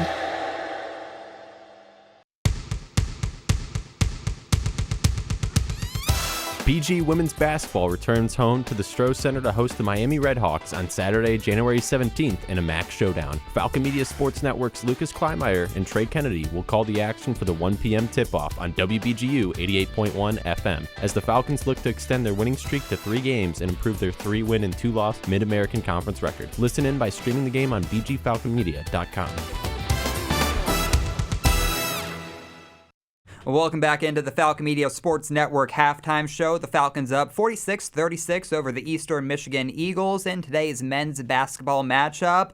Talking more about this game, Noah and Sam, what are some things you're seeing from both the Falcons and the Eagles, and kind of how do you expect that to play into this second half? I really liked, the offensive production from Bowling Green so far. They have not let Eastern Michigan's defense really get to them at all, especially when it comes to their ability to guard the three ball. They have not stopped Meyer Wall or Javon Ruffin from deep. Really liked what I've seen there, and I really hope to just see that continue, especially with Meyer Wall. You saw the second half he had against Akron, that was really where he stepped off and really popped off for them there. So looking to see what he's able to do in this second half to really add on to that lead and keep this game out of reach for Eastern Michigan. Yeah, I think one guy on the Falcons side that we haven't talked about yet that had an amazing half, maybe didn't put up as many points as we would have wanted, but Troy Glover had 3 blocks, 3 rebounds, just kind of doing it all on both sides of the court. Even though he's not scoring, he's getting people open, he's getting rebounds, he's getting blocks. That's exactly what you need to do. And if you look at the Eastern Michigan side, they've had a lot of guys come in. They've had 11 guys play, just not really finding their rhythm overall. I mean, 2 for 9 from three-pointer is not going to get it done. Mm-hmm. We've seen that happen from the Falcons. It doesn't look pretty when that happens. It's not looking pretty for Eastern so far.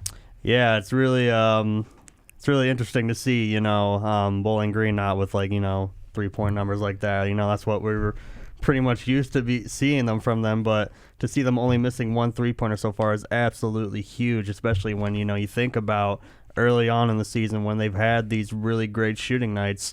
That's how they've been able to win some of these really big games, obviously like Kansas State, shooting the lights out against them. So having a 3-point performance like that is just what we have been expecting from Bowling Green for so long, and it's so nice to just see it finally taking shape for them. And like you said with Troy Glover, he's been having a great game. He had a little bit of an injury scare. We saw him come down on that ankle, maybe just rolled it a little bit. He was able to check back into the game, so hopefully they can get him rested up for this halftime break, and hopefully he'll be able to come out in the second half and play strongly. On top of that, we also talked about in the pregame relying on your guys. And obviously we had said Javonte Campbell. Didn't end up being him, but between Javon Ruffin and Meyer Wall, they almost have half of the Falcon points. There's only 6 guys on the team that have scored so far tonight, where sometimes that's not always ideal. You like when everyone can score. When you have 2 or 3 guys that can just take off and win you the game, that's what you got to go with, and that's what the Falcons are doing so far tonight. All right, coming up, we will have our Falcon Media Sports Network Player of the Game watch discussion. Some players we're watching for possibly our Falcon Media Sports Network Player of the Game that we'll announce in the post-game show. We'll also take a look at what else is going on around the MAC here on this Saturday afternoon. Keep it here. You're listening to Falcon Media Sports Network coverage on Falcon Radio.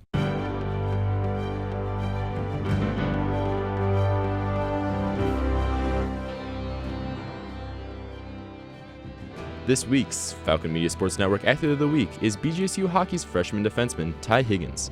Ty Higgins scored 4 assists during Bowling Green series sweep over Ferris State at FSU's A.V. Glavin Ice Arena. Higgins was named the CCHA Rookie of the Week for his weekend performance, which included a 3-assist night during BG's 5-1 victory on Saturday night. Since making his debut with the Falcons halfway through the season after being ineligible the first half of the season, Higgins has scored 6 assists through his first 4 career collegiate games against Ohio State and Ferris State. This has been Falcon Media Sports Network's Athlete of the Week.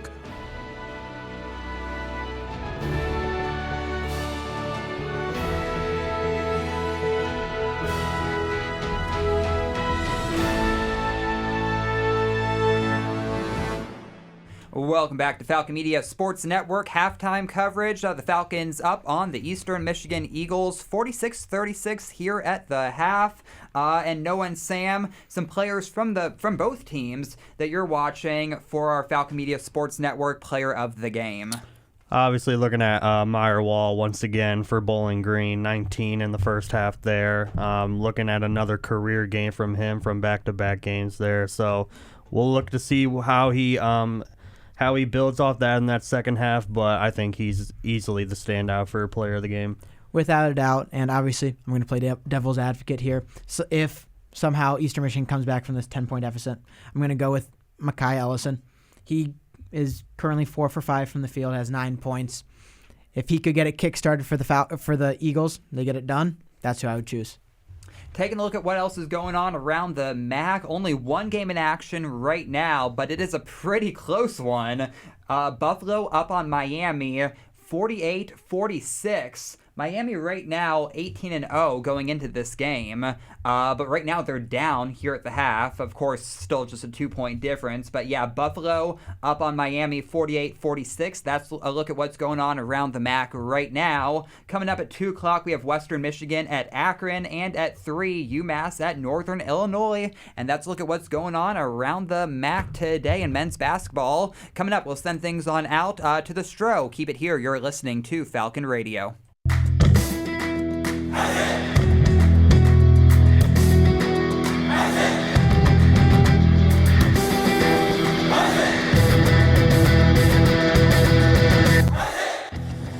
Don't have time to tune into a BGSU sports broadcast? Falcon Media Sports Network will have you covered with live updates of home BGSU athletic events.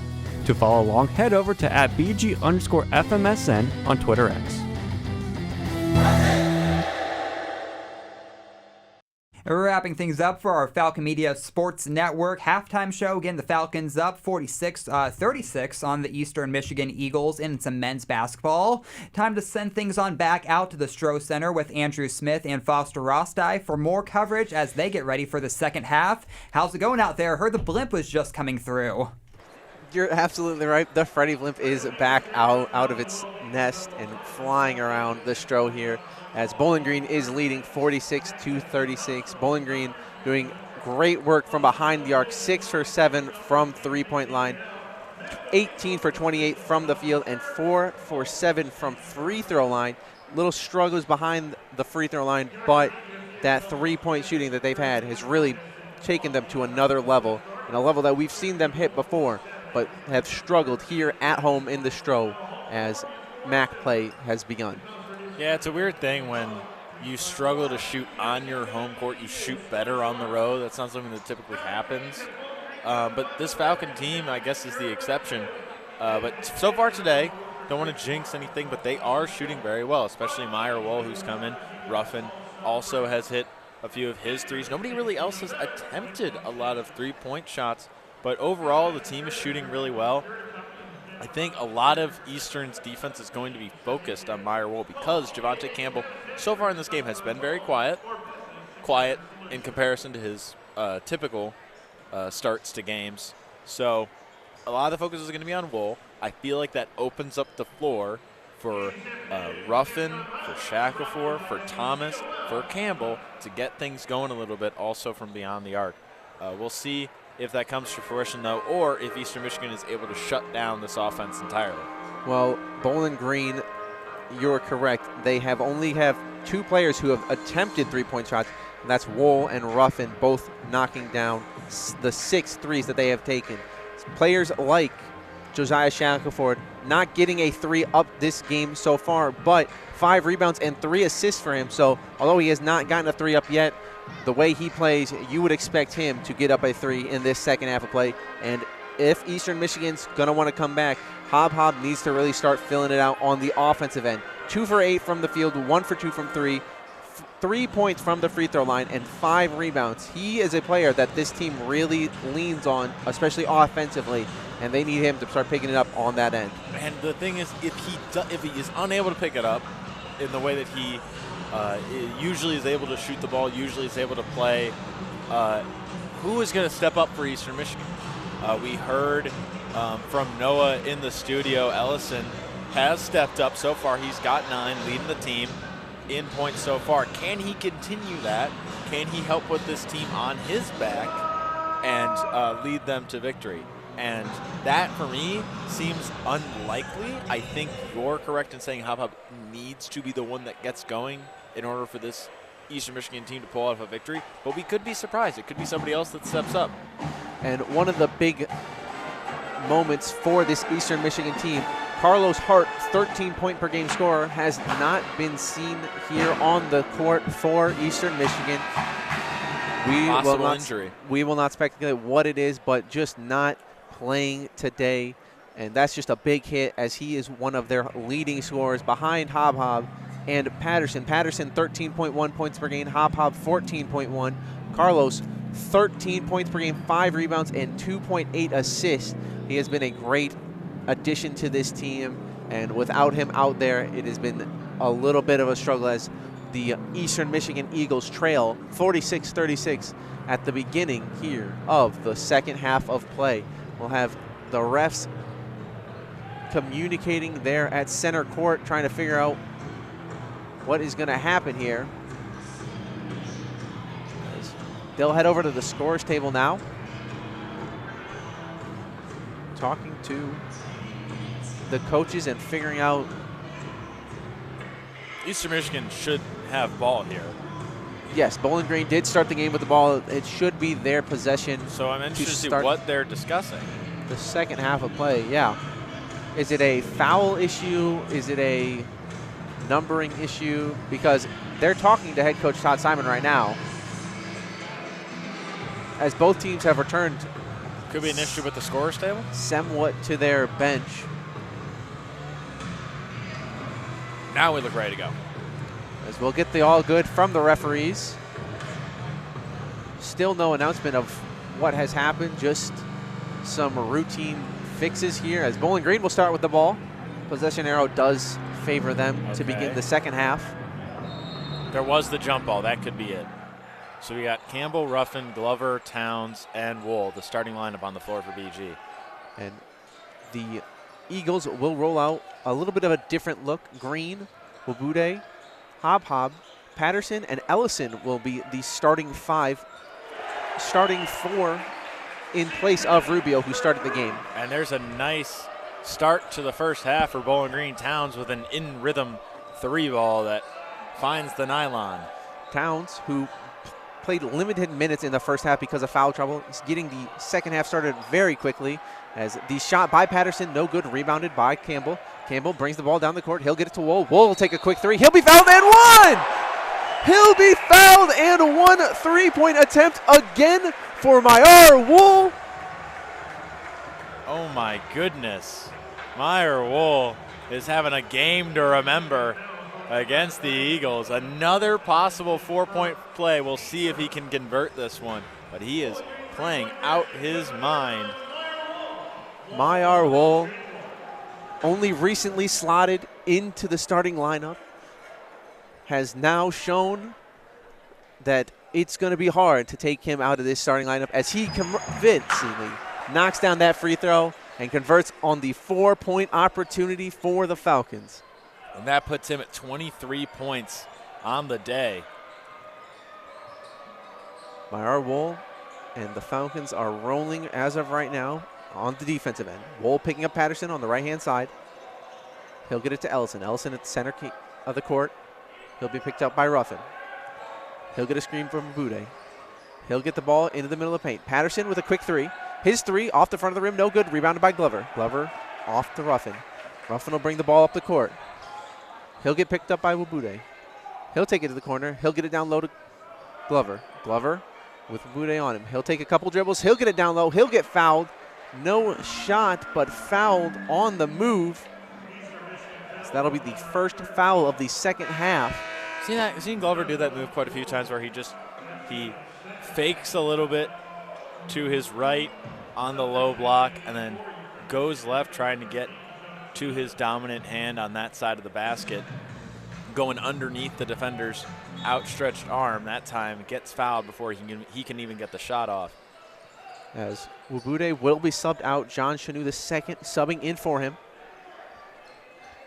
As Campbell has the ball, picked up by Hob Hob. He'll get it to the middle of the paint. He'll take a jumper. His jumper good. Nobody around him. He looks surprised that nobody was near him. Took an extra look around to double check that no one was coming out to contest, and then knocked down the J.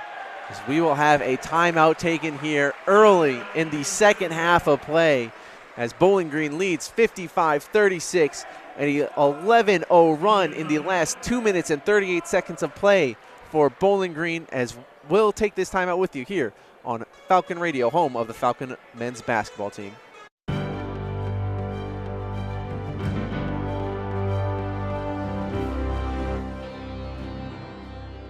On September 13, 2025, BGSU football tight end Jacob Harris hauled in his first career touchdown reception in the Falcons' 23-13 homecoming victory over Liberty at Dwight L. Perry Stadium. Falcon Media Sports Network's Tyler Kavlitz had the call of the play on Falcon Radio. Markel Porter in the backfield. Pine's going to keep it. Going to launch to the right side. That is caught in a touchdown by Jacob Harris. What a catch by the sophomore tight end in the end zone to put Bowling Green up 9-0 over Liberty. This has been a Falcon Media Sports Network featured call.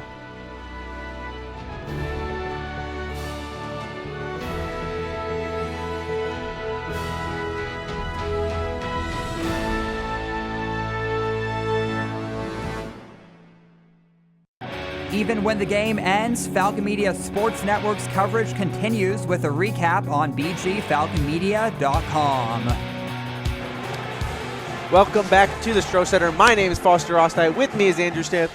The Bowling Green Falcons leading 55-36 as they have started to pour it on here in the second half of play. Mayar Wool, 7 of 9 from the field, 5 of 6 from 3, 23 points, doing it all on the offensive end and just really helping open up this offense for Bowling Green. That last shot by Javante Campbell, nobody around him in the paint because they are so worried about players like Wool and Ruffin who have been knocking down shots. And he even looked surprised that we could see. You can't forget about Javante Campbell. That is what you want from this Bowling Green team. That's what Ty Simons wanted from his team all year. We have shooters. We got playmakers outside of Campbell that are healthy. I mean, you know, you had a stint where Ruffin was out and Thomas was out, and it was a little bit of a struggle there. You know, the MAC stint so far has been rough for the Falcons, but now they got a fully healthy lineup. And when they have a fully healthy lineup, they are a top team in the MAC. They are. It's not questionable. It's not arguable. They genuinely are. And when they play their cards right, they win games. We saw it against Kansas State, and right now we're seeing it again against Eastern Michigan. As the ball is inbounded by Patterson to Green. Patterson will be picked up by Wool. He'll set up the offense. He'll get a screen from number 33, Shanu II. He'll get it out top to Ellison. Ellison picked up by Ruffin. He'll make a move. He'll get down low. He'll take a little fader. No, he'll pass out to the corner to Green. Green pump fakes. He'll get it down to the low, into the paint. He'll take a jumper. His shot will be called off. It'll be a foul on the floor. And we talked about this team getting back players. Ruffin back in the starting lineup after missing a couple games. Thomas working his way back into the lineup. 8 minutes today, an assist and a steal. As you continue to see him work back into this offense, you'll see another level to this Bowling Green team, as we'll have Javante Campbell subbing out. 3 fouls in this game as Makai Leach subs in for him. Yeah, I think Thomas is going to need a little bit to get his rhythm back. Typically you need that when coming back from injury, even if it's a short miss time that you have. And we see Leach coming in. Typically it's Thomas coming in during that time. Yeah, absolutely, as Mayar Wool misses the jumper, gets his own rebound, and tips it back in for another Bowling Green basket, another basket for Mayar Wool, up to 25 today. I mean, he's in absolute flow state right now. This is how you wish you could always be playing basketball, in this mode of just seeming like you can't do anything wrong. As now Hob, we talked about, he needs to step up, knocks down a 3 there in rhythm. The third 3 for this Eastern Michigan offense. 57-39, 17:09 left to play in the second half of play, as it seems Eastern Michigan is going to start running a zone here. So we'll get Wool taking it down low. He'll get doubled. He'll get the ball down to Glover. Glover's shot blocked by Hob. Wow, good play by Muhammad Hob right there. Ellison will take it all the way down the court, get the foul called on Makai Leach, and one opportunity for Ellison. And Hob, standing at 6'9" and a forward, does not give up that much size difference to Glover down in the paint. A big player. As Ellison converts the and-one opportunity. The ball is quickly inbounded to Leach. Over to Wool, over to Thomas. Thomas fakes the pass to Wool. Wool now cutting through. He'll get the ball. He'll take a little jumper. His layup, no good. Hob with a heavy contest. They'll get it to Ellison. Ellison will bring it down the court. He'll be picked up by Wool. Now Hop picked up by Leach. They'll make a switch. Patterson now picked up by Leach on the right-hand side. Hop with the ball with Thomas on him. He'll get it over to Shaunu II. He'll get it to Ellison now. Ellison with 2 players on him. He'll get it down into the paint. He'll find Green in the corner. Green will take a 3. His 3, he knocks it down. Braylon Green showing out against his own old squad. Leach with the ball at center court. The Eagles in his zone. As we'll see the Falcons work to break it. Towns with the ball. He'll get it down low. He'll pass out to Ruffin. Ruffin, he'll get it into the middle of the paint. He'll get it, take a layup. His layup dropped, blocked by Shaunu II. Rebound by Patterson. Patterson brings the ball up the court. He'll take a little mid-range jumper. His jumper rolls around the rim and in as Todd Simon will take a quick timeout. And we'll talk to the ref there as Eastern Michigan makes it a 10-point game, 57-47 with 15:40 left to play in the second half of basketball. You're listening to Bowling Green men's basketball here on Falcon Radio.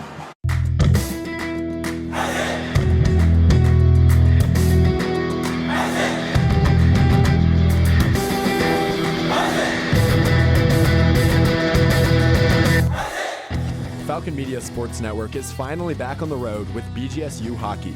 Make sure to catch the voice of Falcon Hockey, Ben Korak, on the call for every BGSU game this season on WBGU 88.1 FM. Here's the deal. We gotta set ourselves up. See, retirement is the long game. We gotta make moves and make them early. Set up goals. Don't worry about a setback. Just save up and stack up to reach them. Let's put ourselves in the right position. Pre-game to greater things. Start building your retirement plan at thisispretirement.org. Brought to you by AARP and the Ad Council. Hey, Dad, how do airplanes fly? What's in this box? Is this tree good for climbing? How are babies made? What does this thing do? Kids are curious about everything, including guns. Talking to them about gun safety in your home is a good first step, but you can do more. Always keep your guns locked, unloaded, and stored separately from ammunition. Safe gun storage saves lives. Learn how to make your home safer at endfamilyfire.org. That's endfamilyfire.org. Brought to you by End Family Fire, Brady, and the Ad Council. You are listening to Falcon basketball coverage from the Falcon Media Sports Network live on Falcon Radio. Welcome back to the Stroh Center. My name is Foster Rosside. With me is Andrew Smith. Eastern Michigan on an 11-0 run over the last 1 minute and 56 seconds. Eastern Michigan clawing their way back into it. Hob knocking down a couple of shots here, but most importantly, Ellison coming off the bench for this Eastern Michigan team starting the second half of play, though, has really started to get this offense rolling. What have you seen from him? He's simply making the right plays at the right time. He's looking to get his shots. He's playing great defensively as well. Eastern Michigan just looked a whole lot more comfortable on that run. Falcons need to put a stop to it. I do not like the fact that Leach is still on the floor for the Falcons. I think Javante Campbell should be checked in the game. I know he's kind of a little bit in foul trouble right now, not having his best game, but I'd rather see him as a leader, as a captain for this team on the floor than I would seeing Leach. The freshman, Makai Leach, still in the game, like we mentioned. For the Falcons, it'll be Leach, Towns, Wool, Shackelford, and Glover all on the court here as they look to break this 11-0 run for the Eagles. Eagles back in their zone. As we'll get a couple screens as Makai will take it down low and just lose the ball as Patterson will have it. They'll get it to Green. Green fakes the 3, pass it back to Patterson. Patterson, he'll start the offense. He'll get a screen left from Hob. He'll get it to Green. Green fakes the 3, pass back to Patterson. Patterson down low to Hob.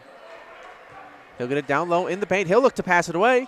He'll get the ball passed to Shaunu. Shaunu will take it off his knee, and it will be Falcons ball, and we'll have a sub for Bowling Green as Makai Leach subs out for Javante Campbell. After he dribbled that ball off his foot, trying to split the defenders down the lane, it seemed very likely he was going to get checked out for Campbell, and there it is. You want to get the ball to Wool in this situation. I mean, he's approaching his career high of 32 points, which he set last game against Akron. Feed the kid. He's the hot hand right now. As the Falcons looking to break the zone as Troy Glover throws down an and one dunk. What a feed by Sam Towns, too, and Glover with a great finish at the rack.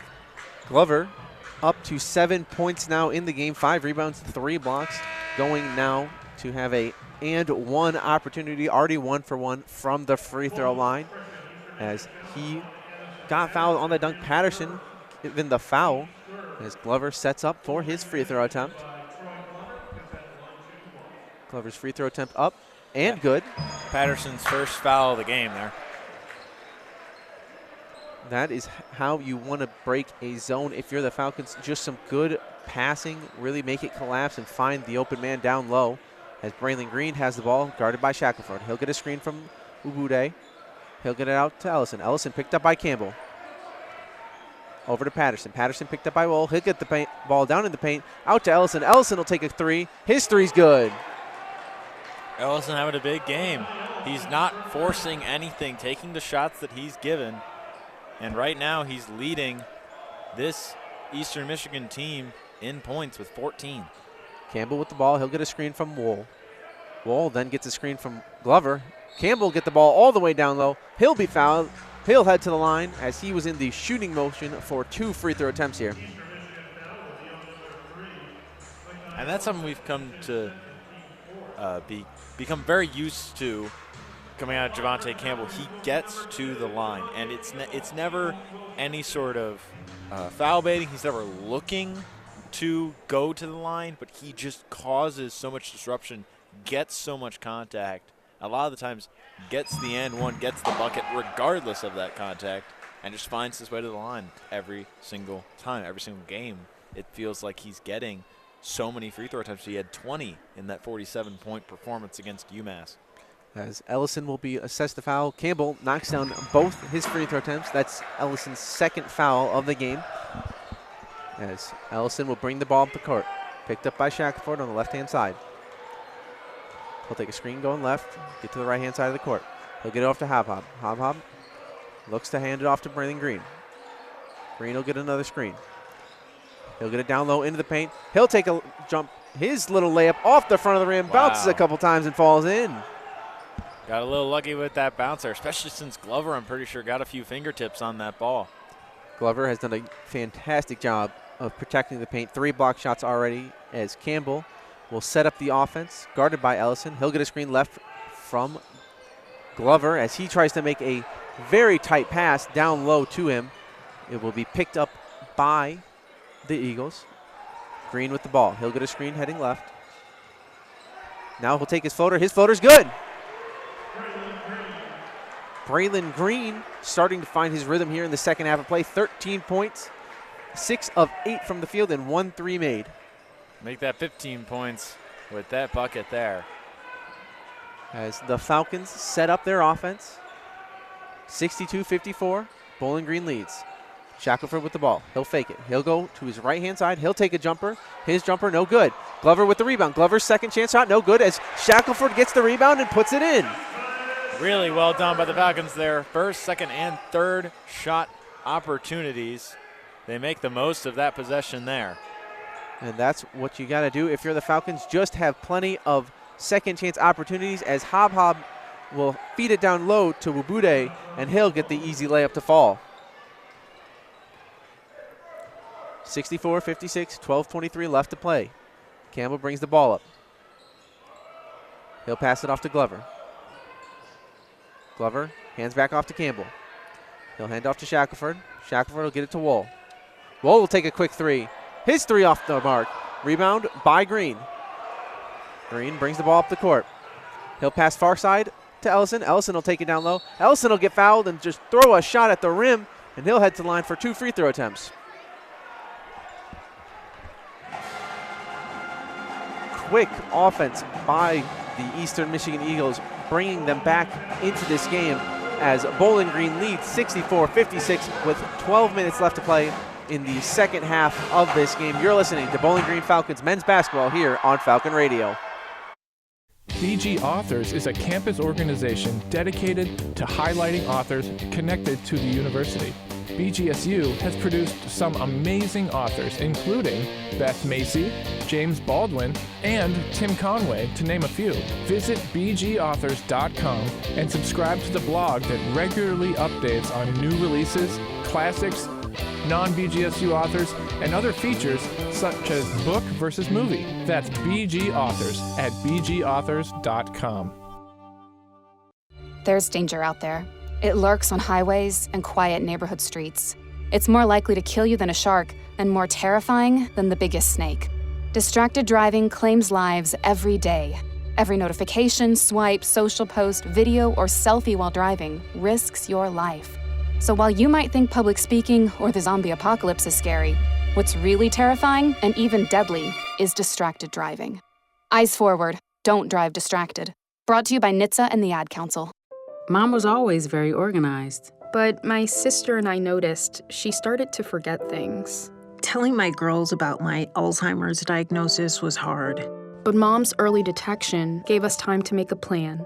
My sister and I were there for Mom and each other. If you or your family are noticing changes, it could be Alzheimer's. Talk about seeing a doctor together. For more information, visit alz.org/time to talk. A message from the Alzheimer's Association and the Ad Council. This is Falcon men's basketball coverage live on Falcon Radio. For Falcons, by Falcons. Welcome back to the Stroh Center. My name is Foster Ross. With me is Andrew Smith. Andrew, Braylon Green tied for most points right now for EMU. His season high with Eastern Michigan, 16 points. He has tied his high that he scored with Bowling Green with 15 points. One more bucket, and he will have a new career high with 16 points with the Eagles. And he has just been getting downhill and making it happen for the Eagles so far this game. Yeah, something we really liked about Green when he was playing with the Falcons was that he was great on the fast break, great going downhill. Sometimes he got a little bit ahead of himself, let his feet get in front of the ball. But he has shown massive improvement now with the Eagles, not letting him do that very much and hitting very consistently from the three-point arc and also hitting a couple of jumpers as well. So clearly refined his game a lot since he left BG. And knocking down a three, 6 for 8 from the field. As Ellison is at the line for 2 free throws. His first free throw is good. 64-57, 12 minutes left to play in the second half of play. As Ellison gets set for his second one, and he'll knock it down. As Towns will inbound the ball to Campbell. I don't understand why they're not. I mean, I know Wool got the one shot attempt, but it wasn't really like an in-rhythm shot. It was off the dribble at the top of the key. Why are you not looking to draw up a play for him right now? He's still your hot hand. As Glover has the ball down low, he'll take a jump hook. His hook, no good. Rebound by Glover, no good. Rebound by Campbell, also no good. As Green brings the ball up the court, picked up by Wool. He'll get a screen going left. He'll bring it to center court. He'll spin back, and he'll pass out to Ellison. Ellison, picked up by Campbell. Thought about going to the basket, decided better. Patterson takes the ball down low, picked up by Thomas. Loses Thomas, that's Towns, loses Towns on the step back and misses the shot. As Campbell gets his pocket picked by Patterson, as he'll take it down and throw it down. Javonte Campbell not his day today. Patterson and Ellison have been making his life miserable, taking this ball up the court. And now it's a 4-point game. Falcons leading 64-60. Meyer Wall with the ball. He'll be picked up by 3 different Eagles. He'll take a shot. He will get no call as the rebound goes to the Eagles. Braylon Green fakes a 3. Gets back to Ellison. Ellison down low to Hop Hop. Hop Hop takes it. He'll take a layup. His layup no good. Second chance opportunity is good. A 2-point lead for the Falcons, 64-62. Falcons need a bucket in a big way here. And you need somebody to step up and just make a play. Shackelford, he'll get down low. He'll take a layup. He'll get fouled by Hop Hop, and he'll go to the line for 2. Just a greatly drawn up and executed play there to get a Falcon to the line as Shackelford getting ready for his first free throw attempts of the game. As we have a 2-point lead for the Bowling Green Falcons, 64-62, with 10 minutes and 12 seconds left to play. Todd Simon should have already called a timeout, in my opinion, to stop the momentum that Eastern Michigan has built. It's a one-possession game now. It's 64-62, a 2-point game. I mean, you have to stop this momentum. And the only way you can do that, really, as a coach, is call timeout and talk to your guys and make something happen coming out of it.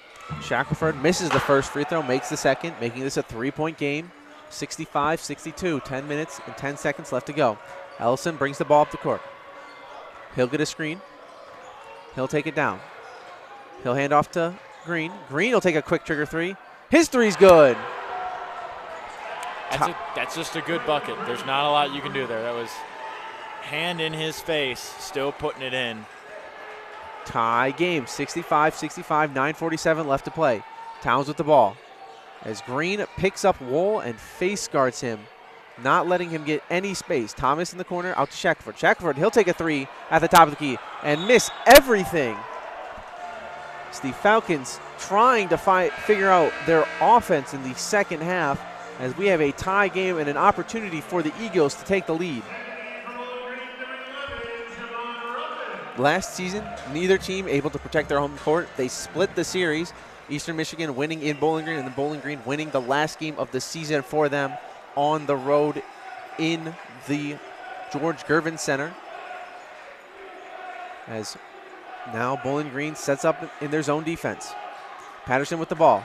He'll toss it down low, but nobody's home for the alley-oop, as number 13, Wabude, was not ready for that. Towns at the top of key. He'll take it down low. He'll go up. His layup's good. That's a clutch bucket by Towns. Is he going to be the one that steps up in the last 9 minutes or so in this second half and put this one to rest for BG? They let what was at one point a 15-point lead slip away. They need to hold on now. As Ellison gets a runner to go, he'll tie the game back up. Ellison up to 17 points in this game. 19 after that basket, as he has been on fire this second half of play. Thomas picked up by number 0, Gregory Lawson the second. He'll be fouled as Javante Campbell set to check in, as Javon Ruffin will sub out for the Falcons. That'll be the 6th personal foul on the Eagles in the second half. And the 3rd on Lawson for the game. As Thomas will inbound to Campbell. They set up the offense. Wall will get a screen from Towns. Now Towns setting a screen for Campbell. Campbell pass off to Towns. Towns setting up the offense.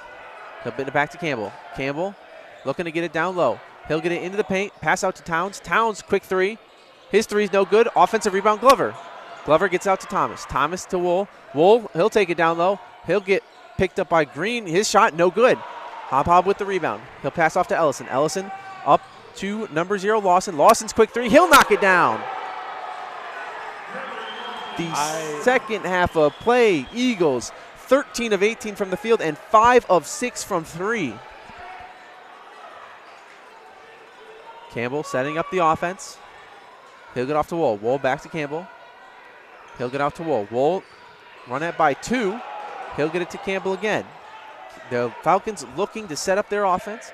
He'll get it to Wool. Wool down low to Thomas. Thomas will get his pocket picked as the ball is careening around, but it'll stick with the Falcons.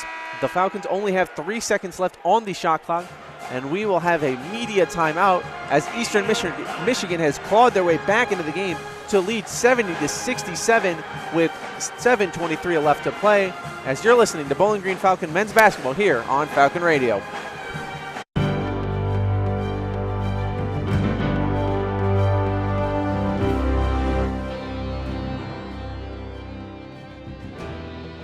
BGSU women's basketball has started 3-2 in MAC play, and senior forward Kendall Moxie has been a breakout star as of late. On January 3rd against Central Michigan, Moxie posted a double-double stat line of 16 points and 15 rebounds in a close loss. She followed the performance with 15 points and 8 rebounds with a near double-double in the victory over Northern Illinois on January 10th.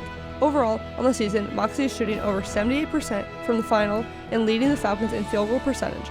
The Maryland native is making a strong push to be a consistent part of the rotation. This has been 60 Seconds in Falcon Athletics.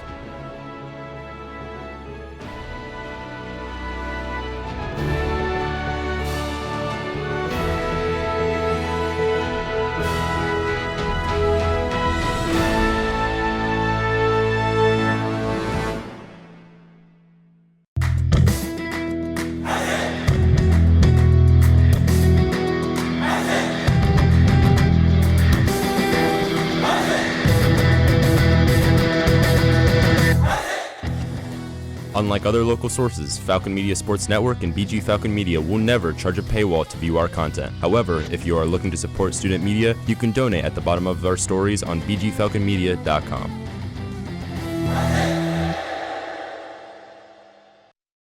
Check out bgfalconmedia.com for previews, recaps, photos, videos, and more of the Falcons.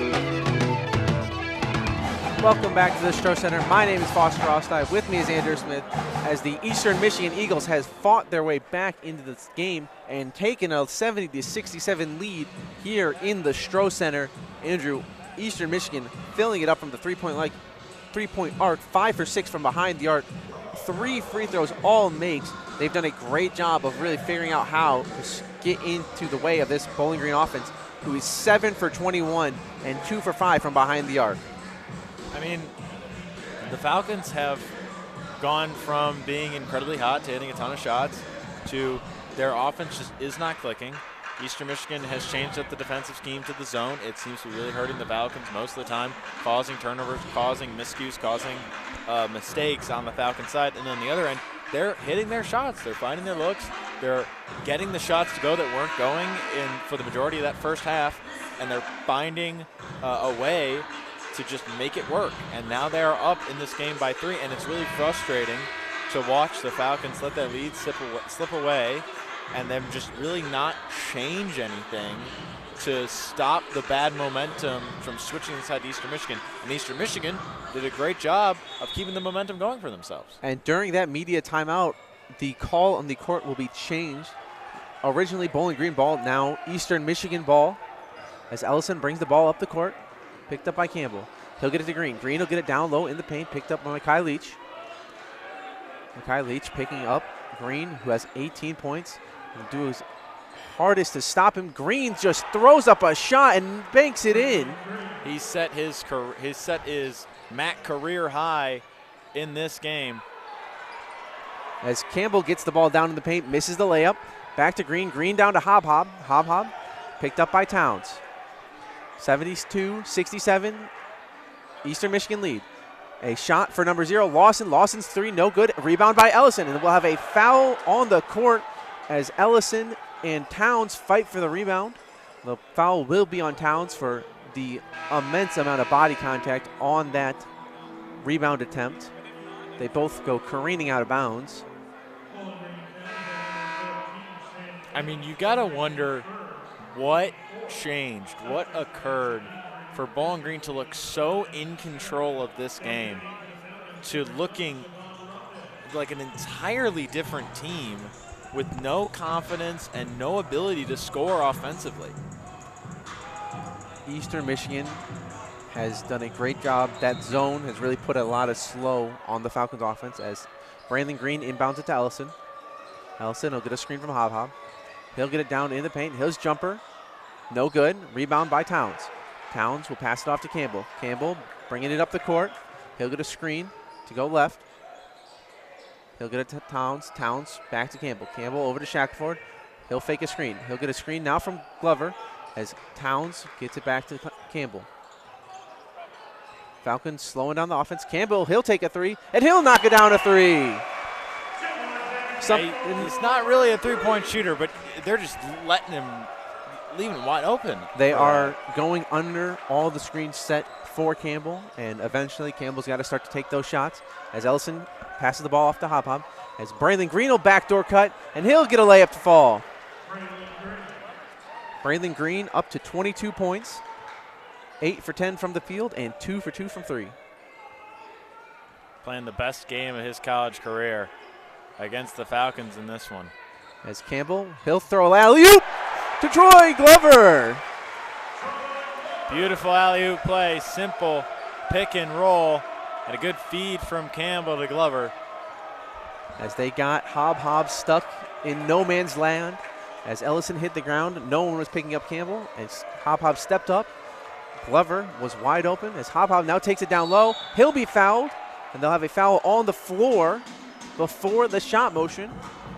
As they give that to number 16, Troy Glover, his second of the game, 6th personal team foul. So no free throw. There will be free throw attempts. They are calling that in the motion of shooting. So 2 free throw attempts for Hob. 72-74, Eastern Michigan leads. So we will have a couple of subs for both teams getting ready. Myar Wool set up to sub in for the Falcons. And number 10, John Sanders II for Eastern Michigan set to sub in. Both head coaches for both teams should be infuriated with the way this officiating crew has called this game. It's been incredibly inconsistent, and they've missed a lot of calls both ways. And it's honestly been really surprising, some of the stuff they've called versus some of the stuff they've let go. As Makai Ellison subs out, John Sanders subs in. Ellison now at the end of the bench getting looked at as Myar Wool subs in for Javon Ruffin. Campbell will get a couple screens. He'll get into the mid-range. He'll take a layup. Layup no good. Lot of contact there by Hob. As we will have a foul called on Troy Glover II. And it will be, as the coaches send them both to their respective benches, the officials do. What just happened? It didn't seem like much of an altercation at all. And instead of calming the situation down, I feel like it was escalated by this officiating staff by sending the teams to their benches. We will wait to hear for what is happening here. That is the 7th team foul on the Falcons, as we now have the refs heading over to the scorer's table to look at something. No idea what they could be looking at. Looked like a routine over the back foul, or even I don't know. Foul. So it's a normal called foul. on Troy Glover. What happened to constitute sending the teams to their benches? And now standing over the monitor on the sideline, looking at something. We can only wait for the PA announcer. And let's talk about the obvious, too. Javonte Campbell is fouled on that shot. There's no way lot to of slice contact. That. He's clearly fouled. You don't blow the whistle. You have a clear over the back by Glover. That's absolutely a foul there. But you called that, so you made the right call there. But it was after the other foul definitely happened, and then you send the teams to their benches for a reason you haven't disclosed to anybody in the arena besides maybe the coaches and the players. And now we have to sit back confused because we don't know what's going on. You haven't told us anything. And now they haven't even said what they're looking at. Are they reviewing the foul? Are they going to upgrade it to a flagrant? Nothing has been said.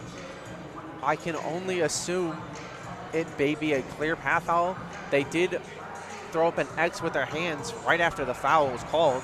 So maybe an intentional foul. Yeah, maybe. But that didn't look like that. As the ref is sending them back to their bench again as both teams break their huddles. Keeping them on their respective half-court sides. I am this is the most confused I've been watching a collegiate basketball game. I mean, it's unclear what the officials are discussing, looking at, what they are doing, and they haven't said anything over the PA. So we're going off of what we're looking at.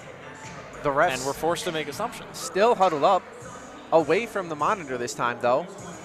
I mean, and let's talk about the obvious thing in the room. Falcons are now down by 4 in a game that they were up big. They've let this slip away. The offense, for a very long time there was stagnant, and they cannot seem to still get a stop against Eastern Michigan, a clean stop. I mean, they've sent them to the line a couple times in the last possession.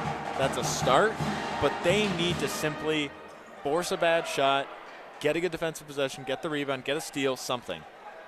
I mean, there's been 4 total steals for the Falcons in comparison to Eastern 6, and they have turned the ball over 3 more times than the Eagles, 9-6 as well. So Falcons are just kind of giving up the rock, which they don't normally do that often. And still nothing's been said over the PA. So all that time, and Eastern Michigan has the ball, and nothing happened? There's been no announcement. It seems to be. And everybody in the arena is confused. Everybody in the Stroh Center is just confused. Eastern Michigan inbounds the ball as if nothing has just happened over the past 2 minutes of dead ball time. Number 10 for Eastern Michigan, John Sanders, has the ball picked up by Shackelford. He'll pass off to another new sub in for the Eagles, number 8, by Day. Has his shot, no good. Bowling Green brings the ball up the court. Campbell. And there's that good defensive possession I just mentioned. As Sanders will get called for the foul as Shackelford takes it baseline.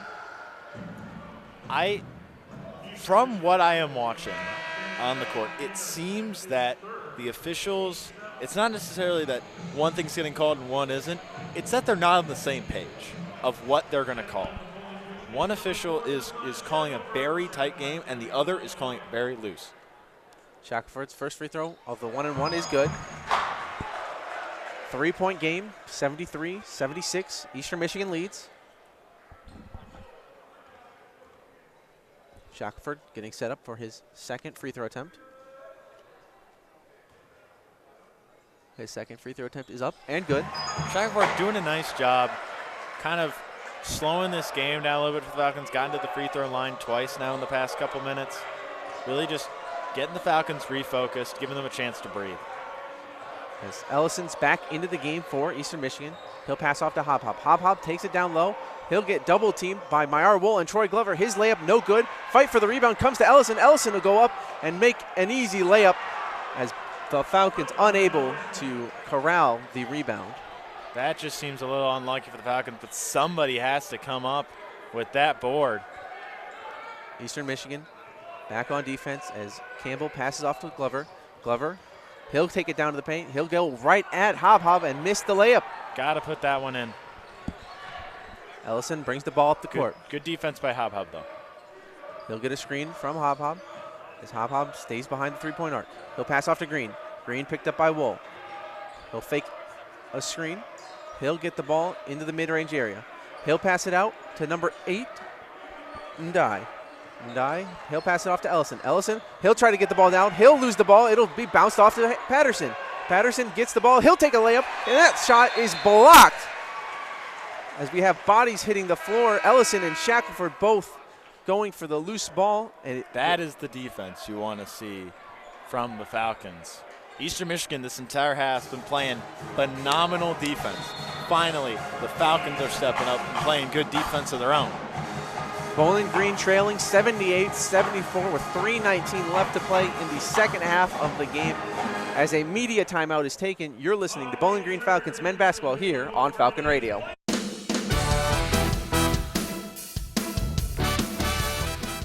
BGSU men's basketball begins a 2-game road stretch with a matchup against Western Michigan in Kalamazoo, Michigan on Tuesday, January 20th. Falcon Media Sports Network's Nate Hinners, Andrew Helkowski, Andrew Smith, and PJ Aubrey begin the pregame show at 6:35 p.m. on Falcon Radio, with Artie Abrego and Foster Frosty on the call at 7 p.m. Tune into the broadcast on bgfalconmedia.com. Imagine home. The smell of coffee, the sound of a lawnmower, the sun's warmth on your face. Free to be yourself, surrounded by love that helps you grow.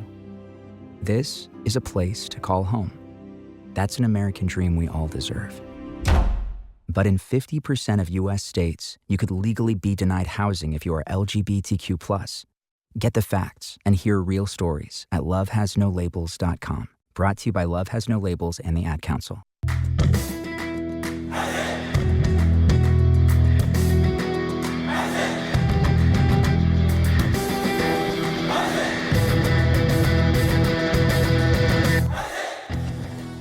Are you a fan of BG Falcon Media and the Falcon Media Sports Network? You can show your support for BGSU Student Media by donating at the bottom of the page of stories on bgfalconmedia.com.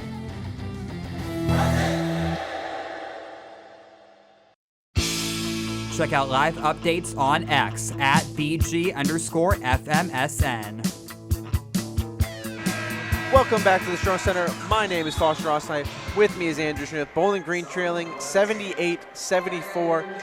Eastern Michigan shot clock violation after a Troy Glover II block.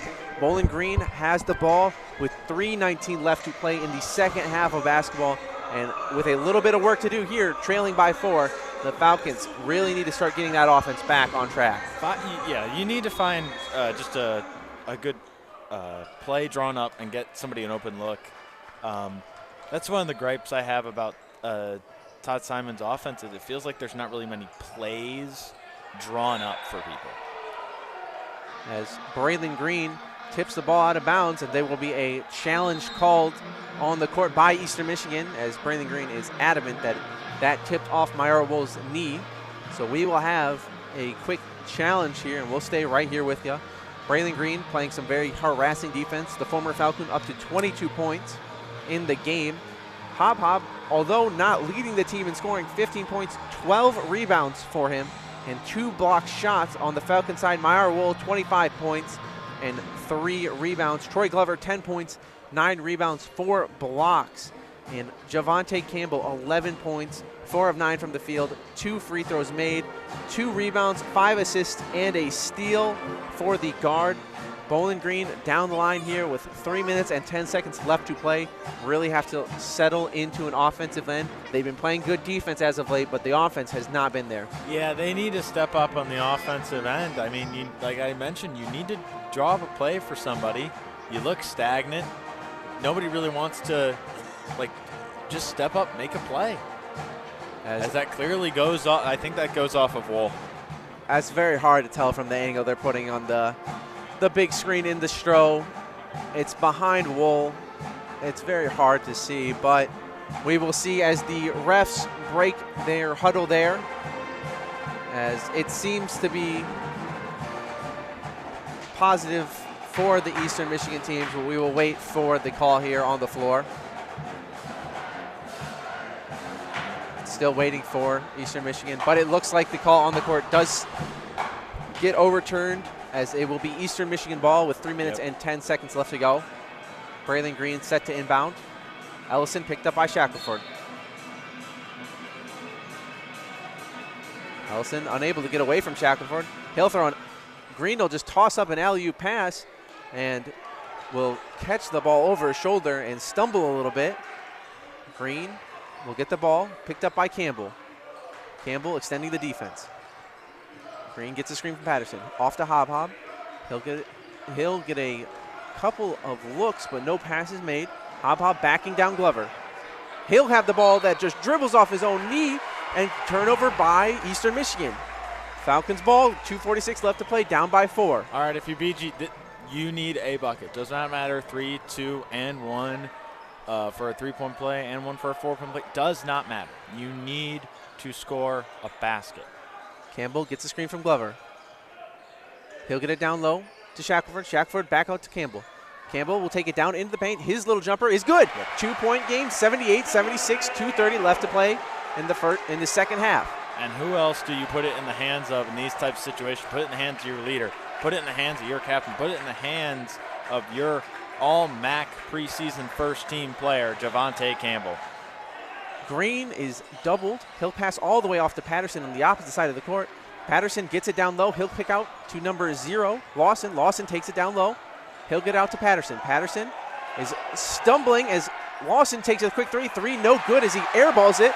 Bowling Green with the rebound as Towns brings the ball up the court. Incredible physical defense by the Falcons.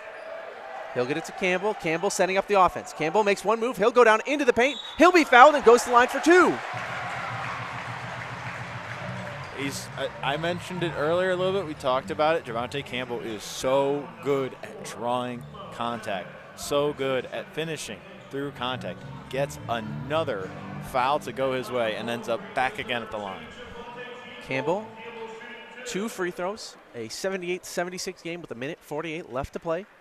Campbell's first free throw is no good. Falcons 11 for 16 from the free throw line today. Yep. Meanwhile, Eastern Michigan 11 for 12 from the line. Campbell with a chance to make this a 1-point game. His free throw's up and good. 77-78, excuse me. Eastern Michigan lead with 1:47 left to play. Shackelford picks up Ellison, full court.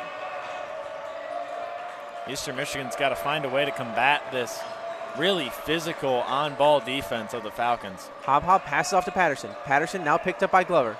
They'll look to get down low to Hob. Hob gets his pocket picked by Campbell. Campbell bring the ball up the court. He'll take it all the way. His layup is good. Lead Falcons 79-78. Timeout by Eastern Michigan. 1:21 left to play.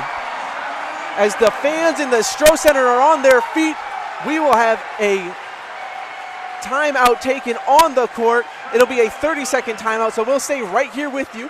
Bowling Green leading 79-78, 1:20 left to play. Campbell with the steal and the score to take the lead. As Bowling Green has retaken the lead, and they're on a 5-0 run over the last 2 minutes and 46 seconds. Eastern Michigan not having a score for the last 2 minutes and 46 seconds. Bowling Green with the lead. Andrew, this defensive possession for the Falcons is huge. They can't let up anything easy. What do they have to do on this defensive possession? I mean, every possession from the Falcons has been huge these past couple minutes. They've stepped up to the challenge. The ref on this side of the floor for the game has been letting stuff go down low in the paint. He's been very focused on calling fouls in the perimeter, but he's letting stuff be physical in the paint. He's letting the on-ball defense be physical.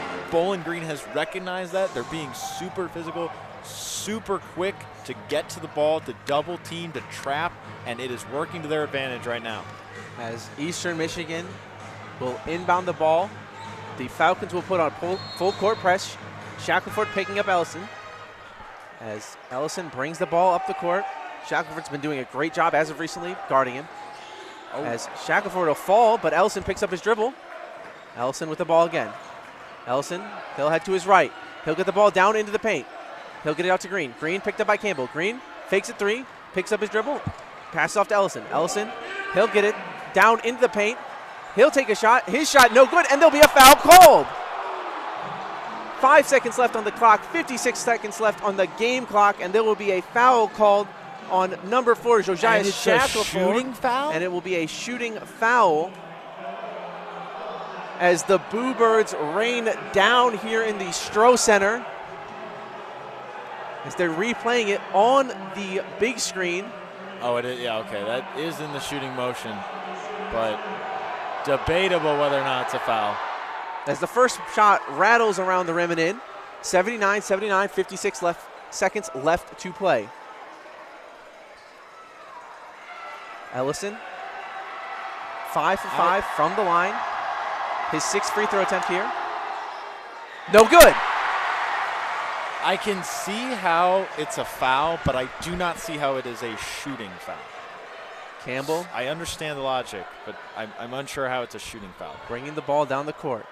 He'll get a screen from Glover. He'll get a second screen from Towns. Towns behind the three-point arc. He'll get it back to Campbell. Campbell picked up by Patterson. He'll get it into the paint. He'll make a move. He'll get it down. He'll let his layup fall. Javante Campbell, 81-79, 30 seconds left to play. Patterson brings the ball up the court. Patterson picked up by Towns. He'll take a quick 3. His 3 no good. Rebound by Shackelford. A quick foul by Hob with 18.1 seconds to go, and Shackelford will head to the line for free throws. Patterson's gotta know better.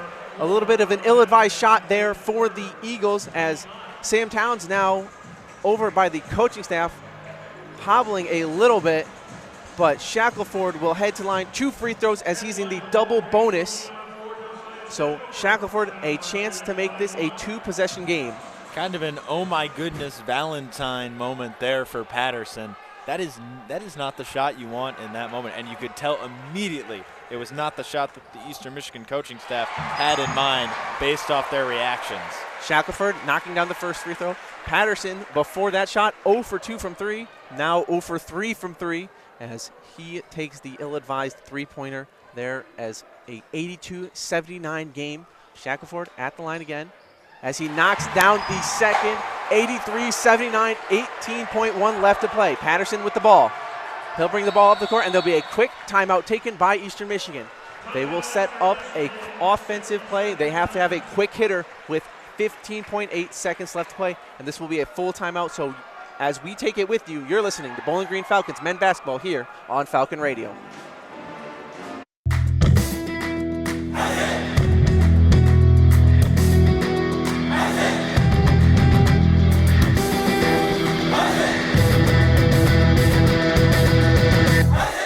Falcon Media Sports Network produces more feature stories about BGSU athletics than any other media outlet. Make sure to head over to bgfalconmedia.com and follow Falcon Media Sports Network at BG_FMSN on Twitter/X and BG Falcon Media on Instagram and Facebook to stay up to date with all of our content. How serious is youth vaping? Irreversible lung damage serious. 1 in 10 kids vape serious, which warrants a serious conversation from a serious parental figure like yourself. Not the seriously know-it-all sports dad or the seriously smart podcaster. It requires a serious conversation that is best had by you.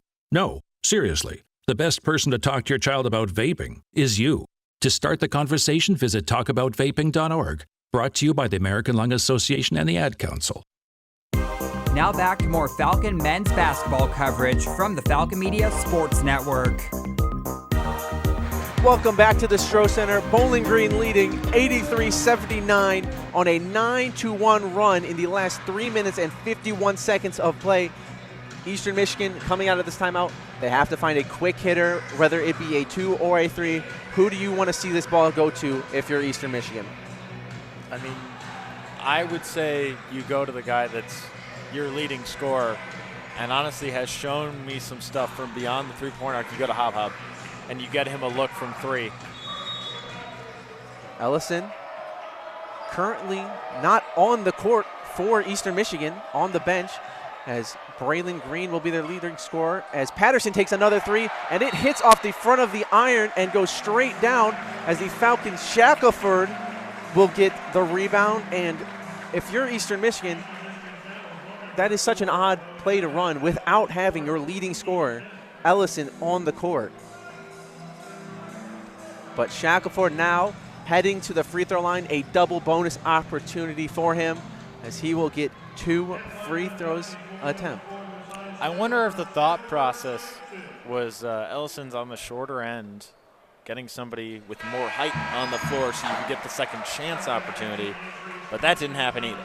So now you're in a situation where BG's now up by 5, possibly 6 if Shackelford were to make this free throw, and you're in a 2-possession game with 10 seconds to go. As Shackelford knocks down his second, Ellison does sub back into the game. Ellison picked up by Shackelford. He'll get a screen from Hob. He'll take a quick 3. Yep. His 3 off the front of the rim and rolls out of bounds as Bowling Green with 3.4 seconds left to go, and the Falcon faithful on their feet will take home the win, break a 2-game losing streak, and beat the Eastern Michigan Eagles here in the Stroh Center, 85-79, behind a great game from Myar Wool with 25 points, as he has just shown out these last couple of games for the Falcons. We'll send it to a quick break, and then we'll be right back here for the postgame show.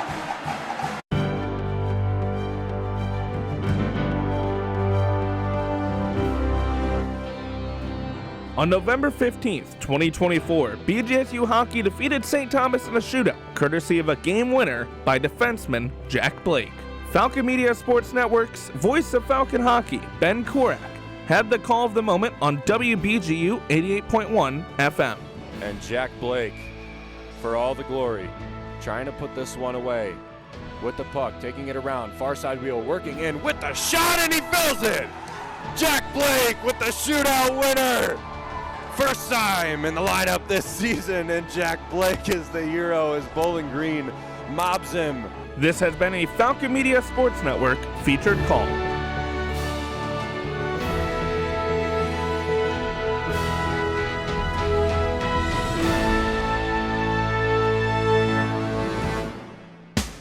You are tuned into Falcon Media Sports Network basketball coverage on Falcon Radio. Welcome back to the Stroh Center. My name is Foster Rossnight. With me is Andrew Smith. Andrew, Falcon Media Sports Network Athlete of the Game. Mayar Wool, 25 points, adding to just what has been a great showing in the starting lineup for the forward, going 5 for 7 from 3, 3 rebounds, an assist. He has done a little of everything and really filled up the scoring column as he's become a starter.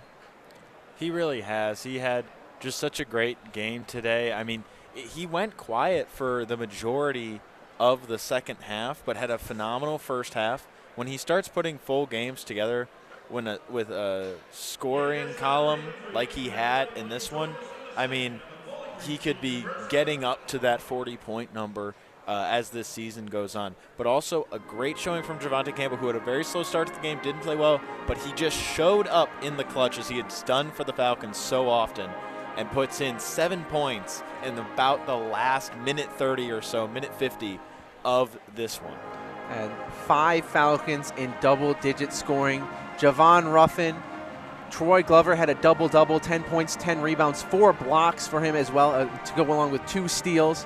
Mayar Wool, we talked about, 25 points. Javonte Campbell, 18 points. And Josiah Shackelford knocking down some clutch free throws at the end of the game. Ends up with 13 points, 8 rebounds, 3 assists. Just an all-around game for the Falcons from starters to bench. They have been a great game. And as we get ready to sign off for you, I'm Foster Rossdye. With me was Andrew Smith. Thank you for everybody who's tuned in. Thank you to Nate, Sam, and Noah back doing the pregame, postgame, and halftime show. Thank you, Tyler Kavlitz, one of our directors, Lucas Kleinmeyer, our other director, and everybody who has stuck with us throughout this game. My name is Foster Rossdye. With me was Andrew Smith. Thanks for everything. When you're high, you feel different. You think different, you talk different, you draw different, you listen to music different, but you probably knew that. Problem is, you also drive different, and not in a good way. That's why driving high is illegal everywhere. So if you're high, just don't drive. Make a plan to get a sober ride. Because if you feel different, you drive different.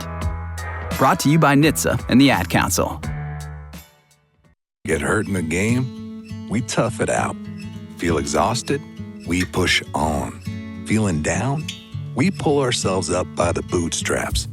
But there are times when bootstraps aren't enough. When stress gets to us and we need to talk to someone about what we're really going through. So we're going to reach out because sometimes mental health is not a one-person job. Visit loveyourmindtoday.org. That's loveyourmindtoday.org. Brought to you by the Huntsman Mental Health Institute and the Ad Council. Retirement can be scary, but only if you're not prepared. That's why AARP created thisispretirement.org. Because unless you've already retired, you're in pretirement, and you still have time to plan. Learn about retirement savings options, potential tax breaks, and how you can build savings over time. Visit thisispretirement.org for free resources to help you customize your action plan and feel the retirement fear disappear. Brought to you by AARP and the Ad Council. And welcome into the Falcon Media Sports Network post-game show. Men's basketball, Falcons getting a win today, 85-79 over the Eastern Michigan Eagles. Sam, an exciting matchup, pretty close in parts of it. The Falcons up at half, and then, of course, winning the game there, but pretty close throughout the match, pretty evenly matched teams. But what happened and what got the Falcons the win? Yeah, it certainly was not easy for the Falcons in the second half. They saw what was once a 21-point lead in the second half erased by this Eastern Michigan team, who we forgot to mention had 49 points in the second half in their game against Northern Illinois. And they were doing just that once again in the second half here with scoring 43 points in this game in the second half we just saw an offensive explosion, everything coming together for Eastern Michigan, making some great halftime adjustments, and really letting their defense really affect the Falcons. The Falcons could not get any shots to fall in the second half early on, but that started to change. Bowling Green really got going defensively as well, allowing Eastern Michigan to force some turnovers and miss some shots, get the rebounds, and get going offensively there. That has led them to stay in this game. Eastern Michigan only had at once a 5-point lead, so like we talked about, they didn't let the game get away from them. They didn't let Eastern Michigan go on a run and really get going against them. So good for Bowling Green to hang on in this one. Obviously, they were led by Meyer Wall, like we talked about, but in that late stretch to hang on to this game, Javante Campbell really stepped up when they needed him, like we always expect him to be. He's just such a great guy, especially in the clutch. In these late moments, for him to come out, finish with 18 points, second on the team behind Meyer Wall. Just a great game just a great game overall. Really glad for Bowling Green to be able to hang on in this game and come out with a much needed win. All right, coming up, we will have our roundtable, talk a little bit more about the game.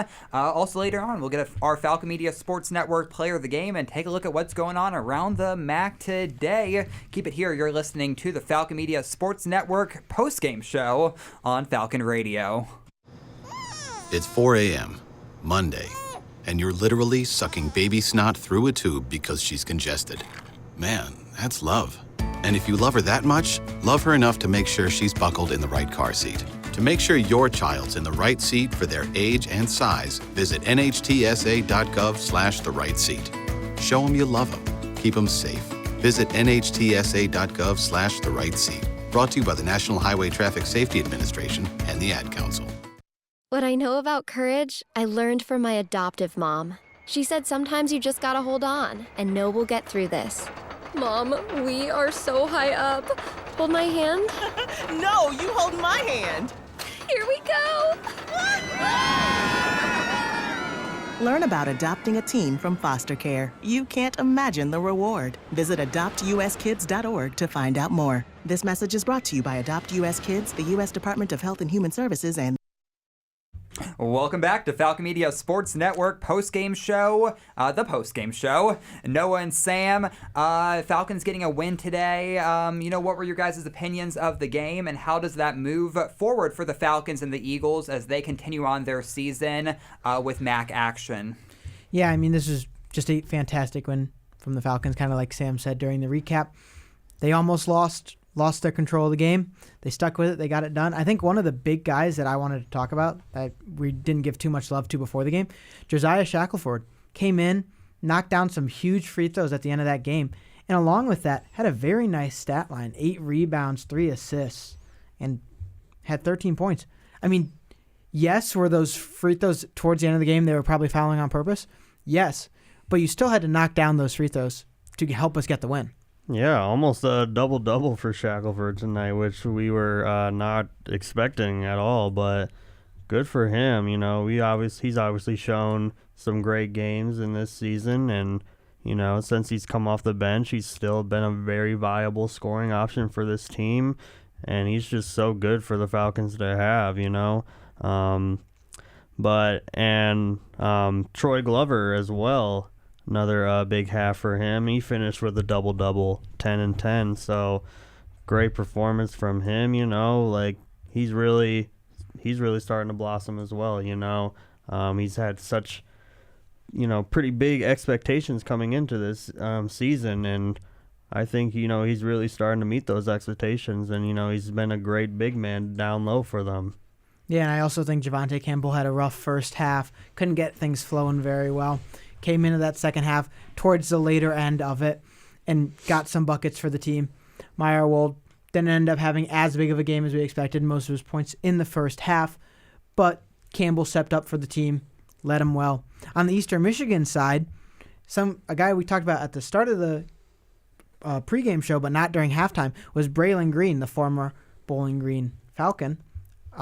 He had a great game towards the end of it. Had 22 points, ended up tying with his partner Makai Ellison for most points on Eastern Michigan. They both had good games. Makai was a guy that I thought if Eastern Michigan was going to end up coming back and getting the win, that's who they would go through. They did most of the time. They also went through Braylon Green. Two guys that can definitely score. Yeah, and their other, their leading scorer, Mohamed Habhab, he had, a double-double as well, 15 and 12. He was really active on the boards there, but not a great shooting day for him. 4 for 14 from the field, which he's usually much better at. So I think the Falcons did a good job at containing him down low in the paint there. It was a very big, an intense paint battle. Both teams finished with 40 points in the paint. So, both teams really excelled in the paint down there. And, yeah, this was just, such an even matchup like we were talking about. And, it's just, it's going to be a great game. And so really glad that we got one like that here today. Yeah, and especially with that, like you had mentioned for Eastern Michigan, there's going to be guys that score. And even though Habhab didn't have as good of a game, they looked towards their other threats and they got him open. Didn't end up connecting on the win, but definitely had a very good second half. And like you had mentioned, they had a great second half against NIU. And I think the Falcons overall overlooked that. So luckily, Falcons still came out with the win.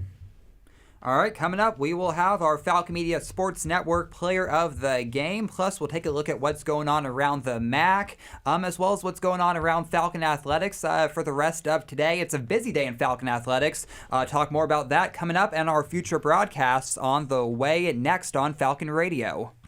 Snakes, zombies, sharks, heights, speaking in public. The list of fears is endless. But while you're clutching your blanket in the dark, wondering if that sound in the hall was actually a footstep, the real danger is in your hand, when you're behind the wheel. And while you might think a great white shark is scary, what's really terrifying and even deadly is distracted driving.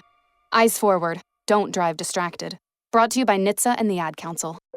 I taught for 20 years, until I started forgetting my lectures. Eventually, he had to quit. Getting his early Alzheimer's diagnosis was hard, but it gave us time to take control of the situation, together. I can't imagine going through this without him. If you or your family are noticing changes, it could be Alzheimer's. Talk about seeing a doctor together. For more information, visit alz.org/time to talk. A message from the Alzheimer's Association and the Ad Council. Welcome back to our Falcon Media Sports Network post-game show. The Falcons getting a win here on this Saturday afternoon and helping to lead the Falcons to the win over Eastern Michigan was our Falcon Media Sports Network player of the game, and it is... Meyer Wool. Another great offensive performance from him. All right, let's take a look at what's going on around the MAC today. Pretty exciting matchup going on between Buffalo and Miami. The game going on down in Oxford, but it is tied up 88-88 at the end of regulation. So going into overtime now, and pretty exciting. Miami currently undefeated, 18-0. But will they be undefeated after this match? I don't know. Who knows? We got to see. But that's coming up in overtime. So if you want to check that game out, you can do so. But right now, Buffalo at Miami tied 88-88 at the end of regulation. A few other games going on right now in the MAC. This game tipped off at 2 o'clock. Western Michigan at Akron. Akron leading right now 66-60. 13:22 left in the second half. And a game that just tipped off about 15 minutes ago, UMass at Northern Illinois. UMass barely with a lead right now, 8-7, 15:56 left in the first half for that matchup. So that's a look at what's going on around the MAC today. More Falcon Athletics coming your way here from the Falcon Media Sports Network. Coming up in just about, 30 30 minutes, we have our coverage beginning on WBGU of our women's basketball coverage. The Falcon women's team taking on Miami, the Miami women's team. It's a busy day for Miami basketball as well. But that's coming up. 4 o'clock tip-off for that. Once again at the Stroh Center, so also a busy day at the Stroh. 3:35 pregame for that. You can check that matchup out over on WBGU 88.1 FM. Then coming up following that sports event, we have hockey on WBGU 88.1. That one is going to be against Lake Superior State again tonight. Falcons got a win over them last night, 3-1. So we'll see if they can keep that up tonight. But anyways, tip-off or puck drop for that coming up at 7:07 tonight from the Slater Family Ice Arena. Pregame around 6:35. Once again over on WBGU. Probably pregame beginning after women's basketball wraps up. So more Falcon athletics continuing over on WBGU 88.1 FM for really the rest of this evening. Here on Falcon Radio, just have more great music coming up for your overnight. Not overnight, for your rest of your afternoon. Anyways, I'll be hanging out with you guys here on Falcon Radio up until 8 o'clock, and then I'll be over on hockey because I pretty much just never leave this place. But as we wrap things up for our Falcon Media Sports Network post-game show, thanks to Noah and Sam for joining me. Final thoughts on today's game? Yeah, I'm just really glad in the fight in this Bowling Green team, not giving up, not letting the game get away from them, coming out with a win. And I'm really just, it's still just blown away by Meyer Wall with how good he's been in this starting lineup. I hope he is now just a central piece in this lineup going forward in the season. Yeah, 100%. The Falcons kind of must have heard what we were talking about. They relied on their guys, relied on the people that had the hot hand, and they got it done for them today.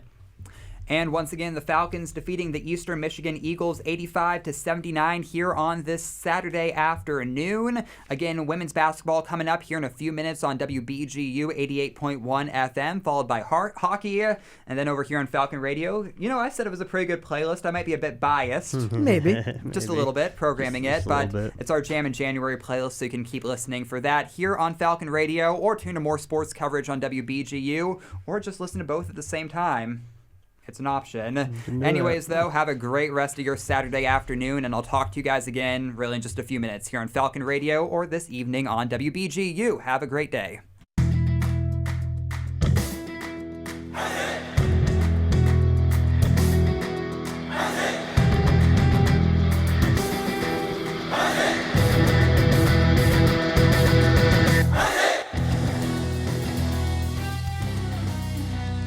This broadcast has been a Falcon Media Sports Network production. For more BGSU sports news and updates, follow Falcon Media Sports Network on Twitter X at BG_FMSN, BG Falcon Media on Instagram, Facebook, and YouTube, and head over to BGFalconMedia.com.